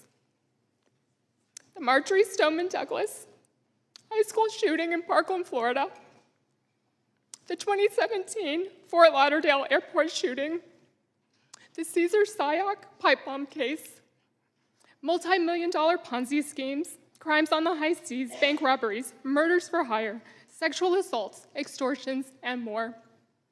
Yes, it was physically taxing and emotionally jarring, but I believed I was making an impactful difference. And every day I woke up and I embraced being an FBI special agent until things changed. Over the course of my 12+ years, the FBI's trajectory has transformed. On Bureau, the Bureau's mission remained the same, but its priorities and governing principles shifted dramatically. The FBI became politically weaponized, starting from the top in Washington and trickling down to the field offices. Although FBI employees have their First Amendment rights, they are not at the liberty to allow their personal political views or preferences to determine their course of action or inaction in any investigation. Lady Justice must remain blind. Those that do not uphold these responsibilities cause a negative ripple effect throughout the agency in the field. It's as if there became two FBIs. Americans see this, and it is destroying the Bureau's credibility, causing Americans to lose faith in the agency and therefore the hardworking and highly ethical agents who still do the heavy lifting and pursue noble cases. It makes it very difficult for agents to do their job when the FBI loses the respect of the American people. There has also been a shift in recruiting practices, a lowering of the eligibility requirements, which is negatively impacting the agency's performance. And all this adds up to a loss of trust in the FBI by many Americans and low morale among many FBI employees. For many, becoming a special agent was their calling in life, but now it's merely a very dangerous and high-risk job with minimal contentment. Wary of consequences that come with voicing their displeasure, these agents keep their heads low. They work hard and they stay off the radar and they count down the days until they can collect their well-deserved pensions. For me, distancing myself from egregious mistakes, immoral behavior, politically charged actions taken by a small but destructive few FBI employees became exhausting. Although I was always treated with the highest level of respect in the Miami division, I no longer felt that I was the type of agent that the FBI valued.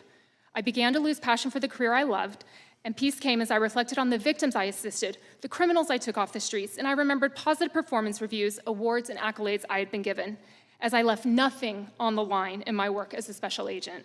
I held out as long as I could, hoping things would improve, but finally I knew it was time to go. So less than 4 months ago, of my own volition, I made the difficult decision and quietly walked away from the FBI with an exemplary and spotless record.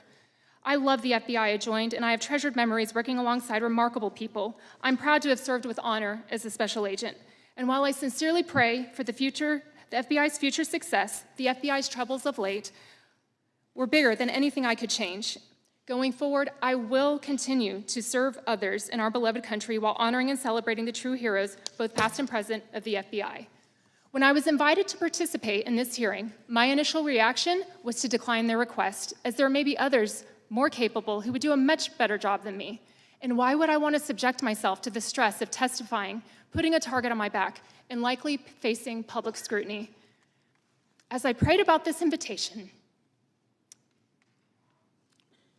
the thought came to me: to whom much is given, much is required. And I realized that this is not about me.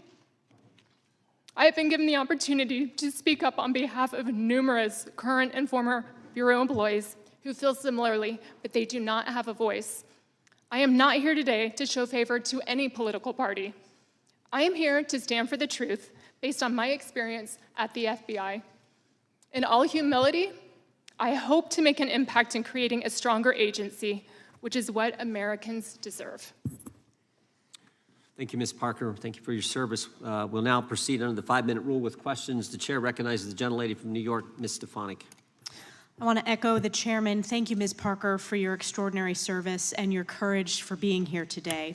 Mr. Turley, I want to start with you. The Twitter files laid bare for the American people what you correctly call unconstitutional, quote, censorship by surrogate.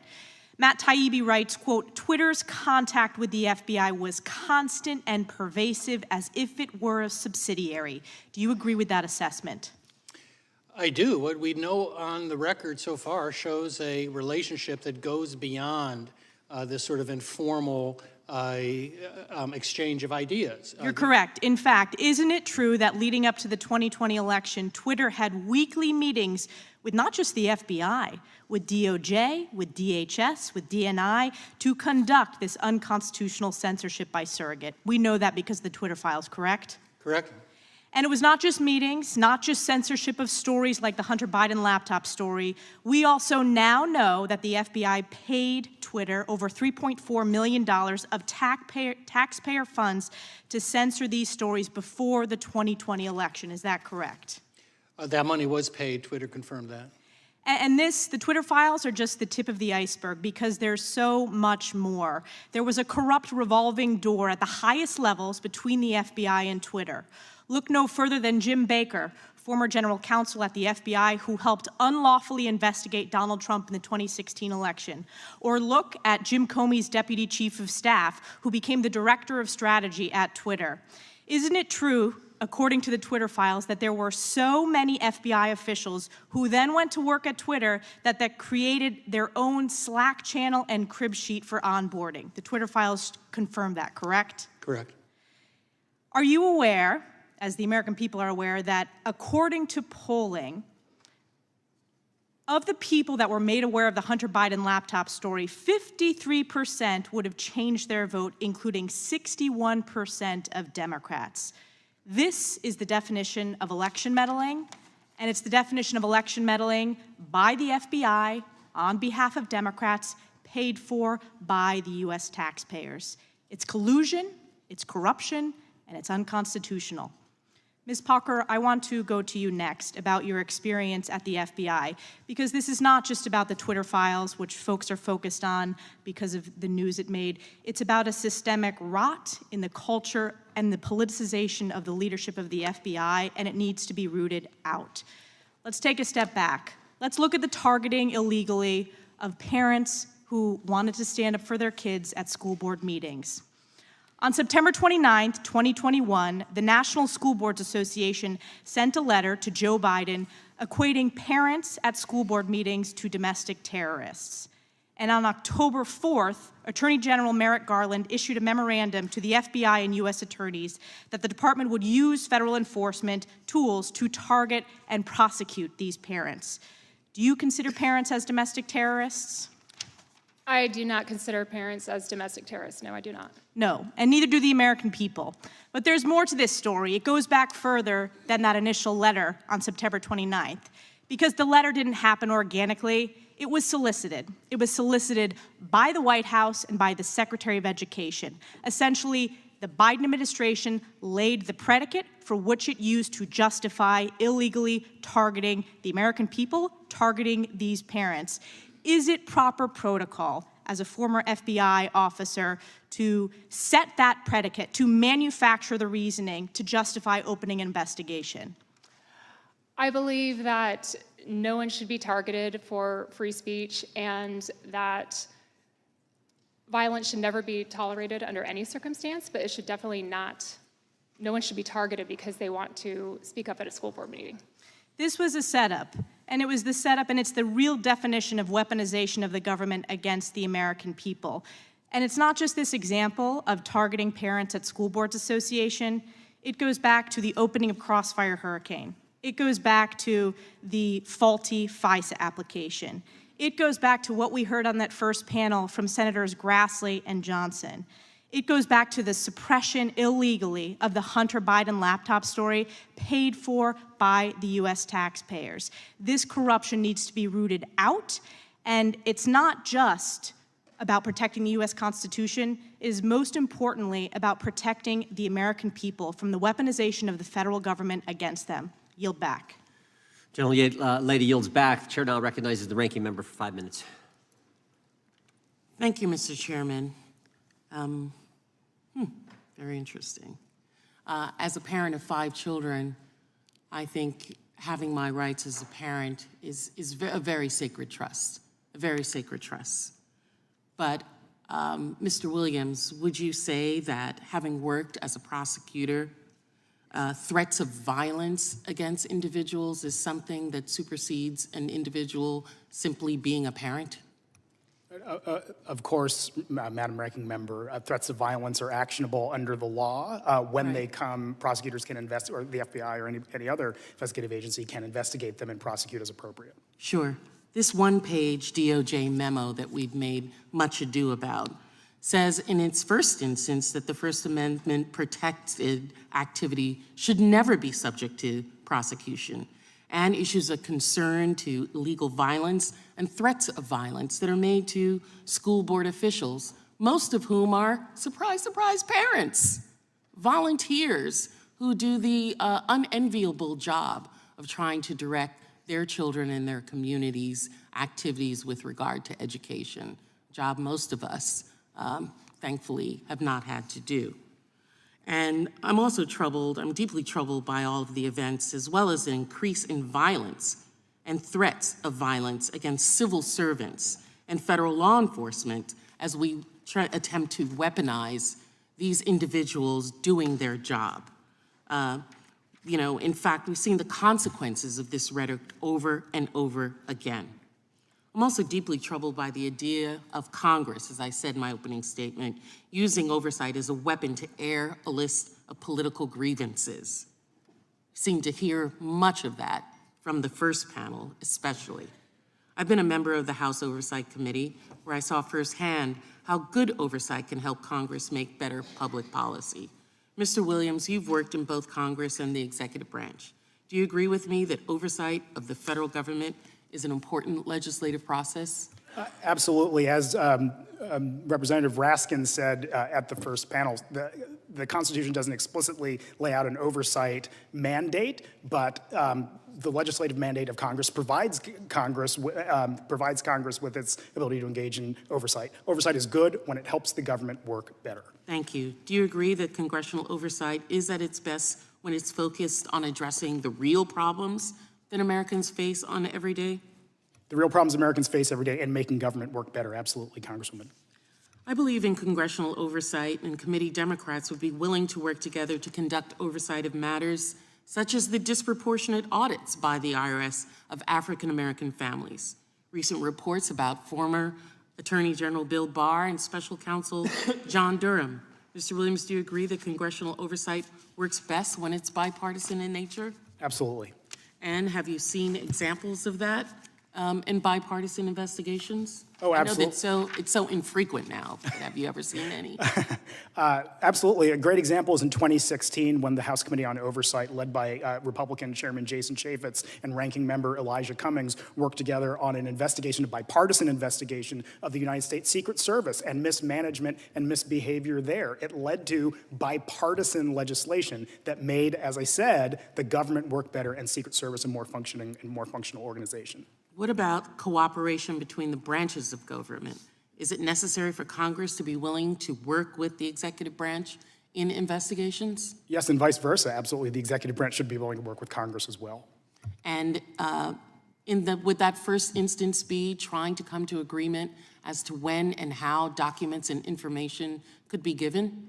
Absolutely. The public sees hearings, but does not see that when the process works properly, there's a back and forth and a give and take between the two parties at both ends of Pennsylvania Avenue, as I said before. Would you say 2 weeks into the Congress issuing subpoenas might be a bit premature for the investigation and cooperation between those branches of government? You know, certainly, Congressman, Congress has the authority to issue subpoenas quickly if they wish, but I guess you get more flies with honey than with vinegar, to be cute. And working with the other side collaboratively is always going to be a better approach. Vinegar seems to work better on social media, though, than the honey. I yield back. I think the gentlelady, I would just point out, we tried the honey. 100 letters we sent in the last Congress. We tried the honey. The last Congress, you're now the chair. The honey didn't work. You're now in That's the why we sent majority. You subpoenas. should have tried that first as the chair of this committee, not as the ranking member. We tried. We You didn't tried do with that as 100 and some chairman. letters. You didn't. The chair now recognizes the gentlelady from the state of Wyoming, Ms. Hageman. Thank you, Chairman Jordan. It is a privilege to serve on this select subcommittee, and I look forward to the work we have ahead of us. After over 30 years as a water, natural resource, and constitutional attorney, I have seen firsthand and fought against the weaponization of the federal government against my fellow Wyoming citizens and the country at large. Through the testimony of our witnesses today and the points made by my colleagues, it is clear that the culture and mission of the FBI and DOJ has changed in a manner which runs counter to the rights and liberties of the American people. The purpose of government is to secure our natural rights. Yet the testimony we have heard and the information received from the whistleblowers and other investigative findings has shown that the FBI's mission has moved from securing those rights to using them as a predicate for investigating and surveilling the American people and weaponizing their government structure against them. Mr. Baker, in a Wall Street Journal piece you wrote titled, "The FBI Needs a Ray of Courage," you stated that in response to Attorney General Garland's memoranda directing the targeting of American parents, Director Wray should respond by highlighting that the FBI won't undertake any investigation based on speech alone. It is troubling that that statement would even need to be made. But Mr. Baker, do you think your advice was heeded by Director Wray? In fact, I remember that episode quite clearly. I wrote that article in October, just days after the announcement became public, and I was in touch with high executives at the FBI a day or two after that. They assured me that the FBI would maintain the standard of only investigating those situations where there was violence and not investigating free speech.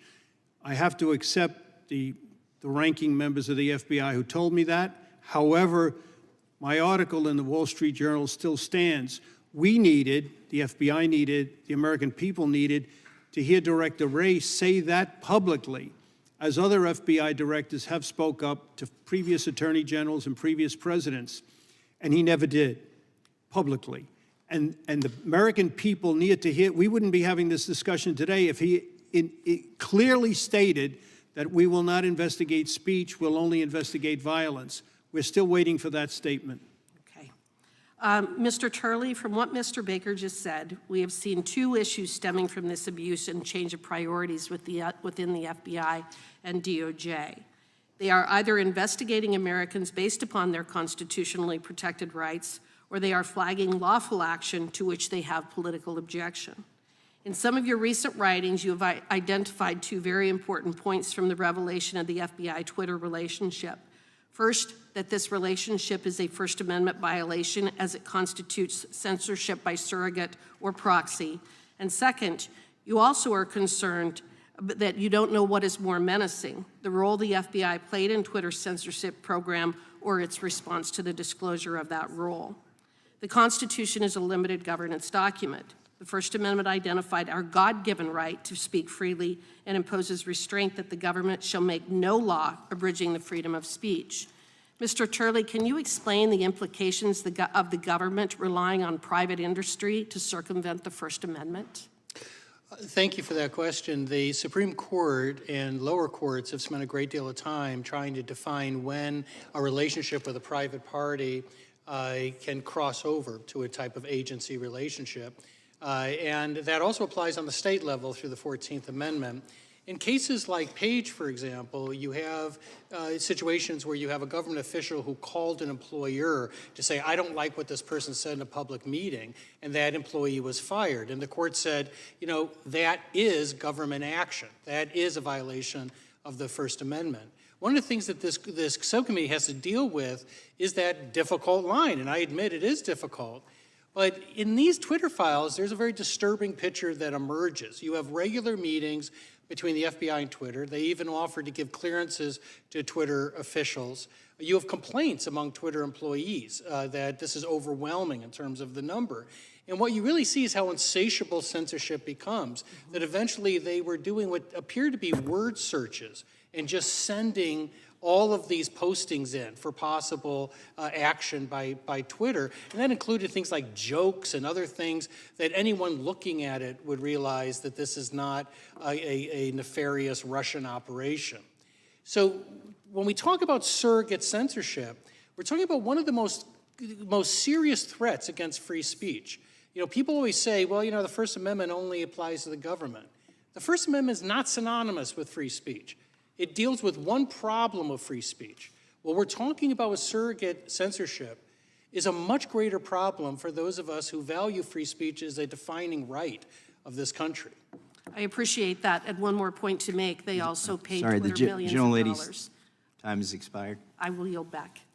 Thank the gentlelady from Wyoming, and now I recognize my friend on the other side of the aisle, Mr. Lynch, who worked successfully and diligently with our late friend Walter Jones to secure the release of 28 pages of the 9/11 document.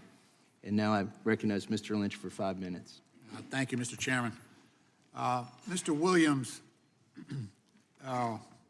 on August 12th, 2022, the FBI and DHS released a joint intelligence bulletin warning of an increase in domestic terrorist threats against federal law enforcement officials following the search of Donald Trump's offices at Mar-a-Lago, including, quote, a threat to place a so-called dirty bomb in front of FBI headquarters and issuing general calls for civil war and armed rebellion. On August 9th, at Judiciary, GOP tweeted, the IRS is coming for you. The Department of Justice is coming for you. The FBI is coming for you. No one is safe from the political punishment in Joe Biden's America, close quote. And on that same day, my colleague, Representative Gosar, my Republican colleague, called the FBI, quote, the enemy of the people, and tweeted, we must destroy the FBI, close quote. Do you share my concerns as a former FBI employee about this type of rhetoric inflaming those who might already be inclined to do harm to our federal officers? Mr. Lynch, above all else, I should take a moment to praise the work of the FBI and the many law enforcement agencies and individuals that I worked with throughout my time, 15 years in government, much of it in law enforcement. They do work on behalf of the American people and frankly don't sign up for threats or abuse. So to answer your question, no, absolutely, the threats hurt and are toxic and corrosive to our democracy.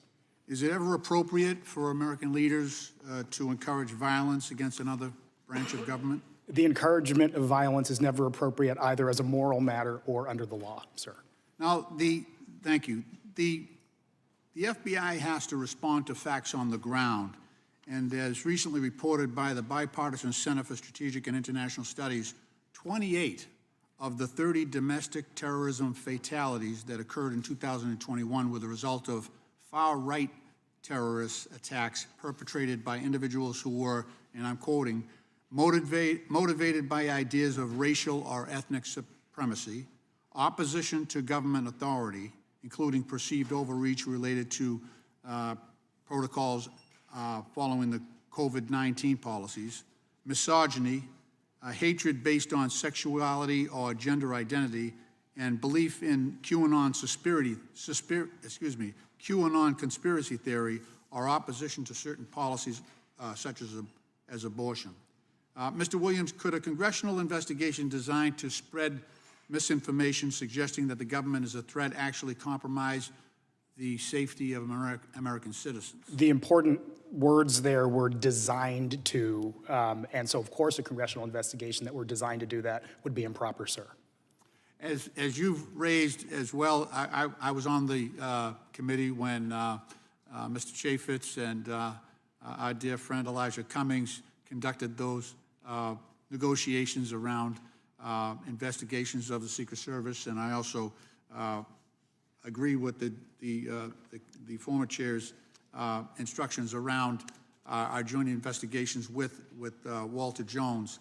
But could congressional investigations predicated on anti-law enforcement rhetoric contribute to misinformation that could lead extremists to target government actors? Yes, sir. Explain that. Go into that a little bit. Rather than yes or no, someone sure. who sat in that seat, explain to the audience. Sure. I think a lot of it's the climate we're in today. There is a significant risk of harm to an individual when people are whipped up by what they read and see. And so certainly these aren't mere statements. In addition to being legally actionable, they come at a significant cost, sir. At the same time, a unilateral, this committee is based on the premise that that the American people are under attack by the federal government, by Department of Justice, by the FBI, by the Department of Homeland Security. That's the premise on which this committee was based. And I just regret the impact that that's going to have on people who might otherwise consider serving in those agencies, and I just wonder if you have a perspective on that as well. Again, as I said briefly before, people come to, and in my experience, the vast majority of people I worked with, and frankly, if not all of them, came to serve, came to treat the rule of law as their guide and serve the American people. The fear of threats will chill people's ability, number one, to do their jobs, but also in terms of recruiting. People will not want to sign on for a job that will come necessarily with being threatened or doxxed online, sir. So I absolutely agree with that statement. Thank you. My time has expired. I yield back. Gentleman yields back. The gentleman from Louisiana, Mr. Johnson, is recognized.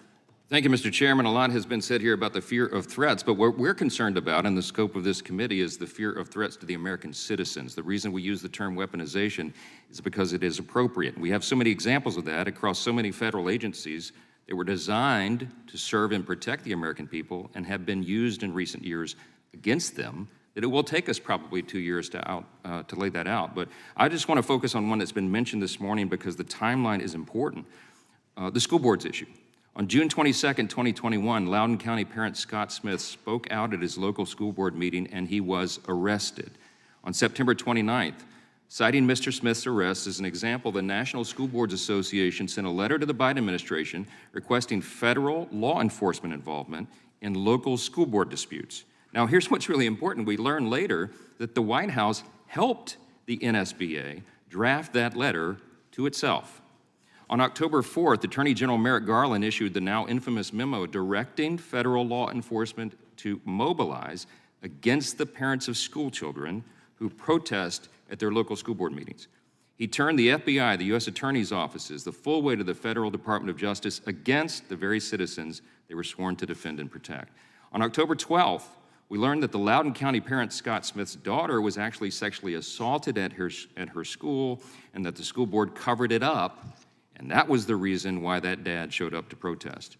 9 days later, October 21st, happened to be the day previously scheduled for Attorney General Merrick Garland himself to appear before our House Judiciary Committee. In that hearing, as my colleagues will remember, he was forced to acknowledge before our committee that the NSBA letter was the basis of his memo targeting concerned parents. But he refused to acknowledge the obvious chilling effect that memo, involving the full weight of the federal law enforcement apparatus, would have on parents' protected First Amendment speech. He also, by the way, refused to commit to a mandatory, under federal law, mandatory ethics review of his own family's financial ties to advancing critical race theory in schools and its relation to his school board memo and the obvious appearance of the conflict of interest therein. I encourage all interested citizens to watch the video of that hearing. It was pretty contentious. The very next day, on October 22nd, after much public outcry, the NSBA retracted and publicly apologized for its letter labeling concerned parents like Scott Smith as, quote, domestic terrorists. In the following weeks, over 20 different state school board associations severed their ties with the National School Boards Association. Our Democrat colleagues have tried to downplay the importance of this select committee and even criticized its name as hyperbolic. But as this example and so many others clearly show, key agencies have indeed been weaponized. We're informed even still today that that memo has not been retracted by the Attorney General. Here's the question, Mr. Baker. You were an FBI agent for 33 years and were involved in a lot of the important and noble work there, but you've also said clearly and been vocal about some of the egregious overreaches you've seen from the FBI and the DOJ. In recent years, you've described what has devolved into a culture of, quote, deceit and deception, involving, quote, alarming FBI behavior, and you've written that those abuses threaten the liberties of those on the left as well as the right. Professor Turley just cited statistics here today that there are large numbers of Americans who now distrust the FBI. Our task here is to determine exactly how that's happened and how to correct that framework. Mr. Baker, here's the question. In your testimony, you noted that FBI Director Mueller, a couple of decades ago, worked to centralize the FBI, meaning that he centralized all information and decision-making, making that at the FBI headquarters, as opposed to his predecessor's decentralized model, which empowered the field offices instead. Do you believe the elimination of all those layers of supervision, review, and independent judgment is a key reason for all this corruption we see today, and that it's something that must be reformed and reversed? Yes, in fact, I do. Hit that button for me, if you will. Yes, in fact, I do, Congressman. I don't use the term corruption. The term I think is more appropriate that your colleague, Congresswoman Stefanik, used, the rotten culture, the culture rot. And specifically as regards to centralization, there's no question about it. Traditionally in the FBI, field agent had an investigation. He had a field supervisor above him. Above him was the agent in charge of that office. Only then did the information and the decision-making go to FBI headquarters. What happened under Mueller's centralized thing, all of that was eliminated.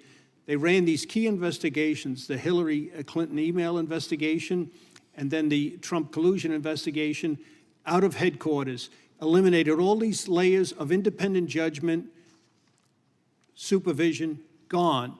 So you had someone like, somebody mentioned his name already here, Strzok not only writes the communication opening the case, he goes the next day to London and conducts the first interview in the case. You have McCabe, a deputy director, number 2 in the whole Bureau, directs the investigation and sends 2 agents to the White House to interview General Flynn. No levels of review. It was bound to end badly. Thank you. I'm out of time. Yield back. I thank the gentleman. Yeah, they had a name for it. It's called a headquarters special. And the point is, it wasn't special so much, it became the norm. With that, the chair now recognizes... Mr. Chairman, could I have a point of order? There have been a lot of mention of information and testimony that you all have received from whistleblowers.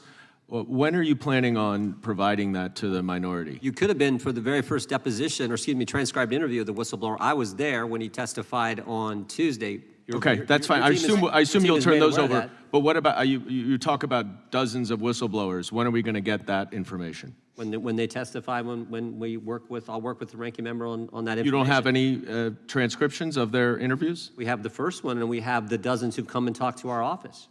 They talk to your office privately? They talk to Republican staff, right. And they're not transcribed, no notes, no nothing? The first one happened Tuesday. No, I'm not talking about the first one. The first one happened Tuesday, the dozens. next one happens tomorrow, the third one happens next Wednesday, and we'll continue to do that. You just said dozens. Do you have notes from those, or they're just talking to you, your staff? Mr. Chairman, isn't that how whistleblowers typically work?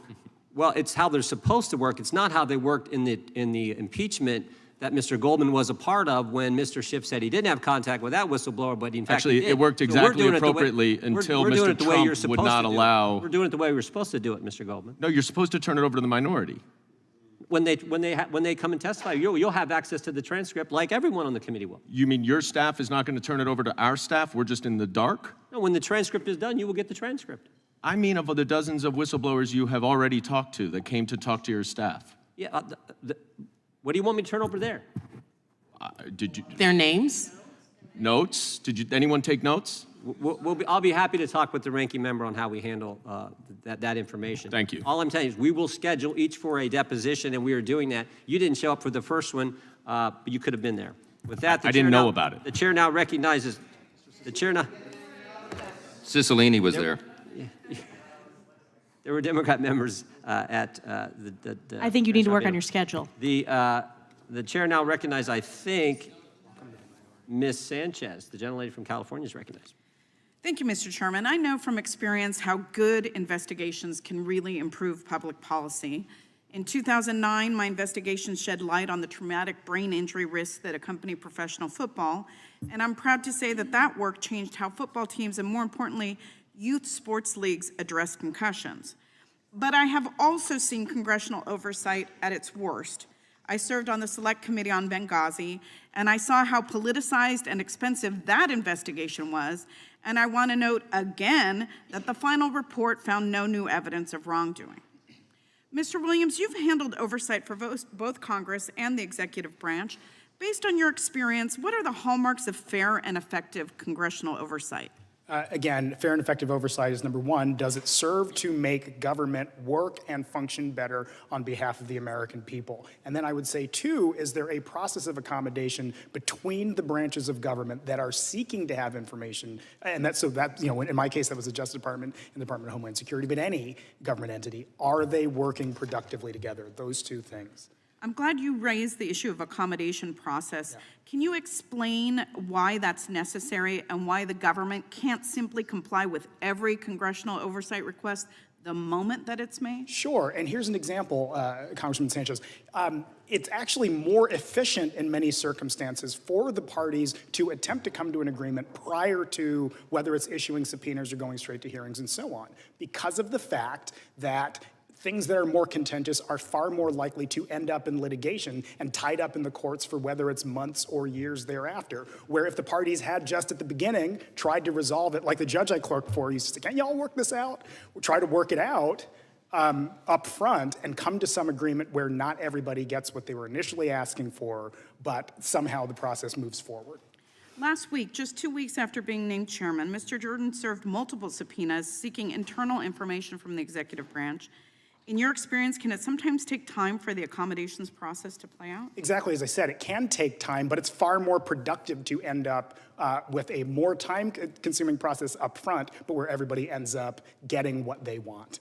Thank you. Now, I'm not a prosecutor, but you've been a prosecutor, Yes. correct? Yeah. The chairman of this select committee held a press conference earlier this week to talk about various interviews that his staff is conducting. Yes. Now, I haven't been able to be in those interviews, but I want to ask you about some things that the committee should keep in mind as it moves forward with our work on this select committee. Could the fact that someone has no firsthand knowledge of the matters they're discussing impact the credibility of what they say? Yes. And what if they vocally advocated conspiracy theories that have no basis in fact? Should that impact how the committee views their testimony? Yes, openly advocating conspiracy theories that have no basis in fact would have a negative impact on an open investigation. Thank you. And now I just want to clarify some of the discussion that we've heard about parents protesting at school board meetings. People have the right to free speech in this country, but is that an absolute right? Absolutely, and the best example is threats against other people are not, it's just not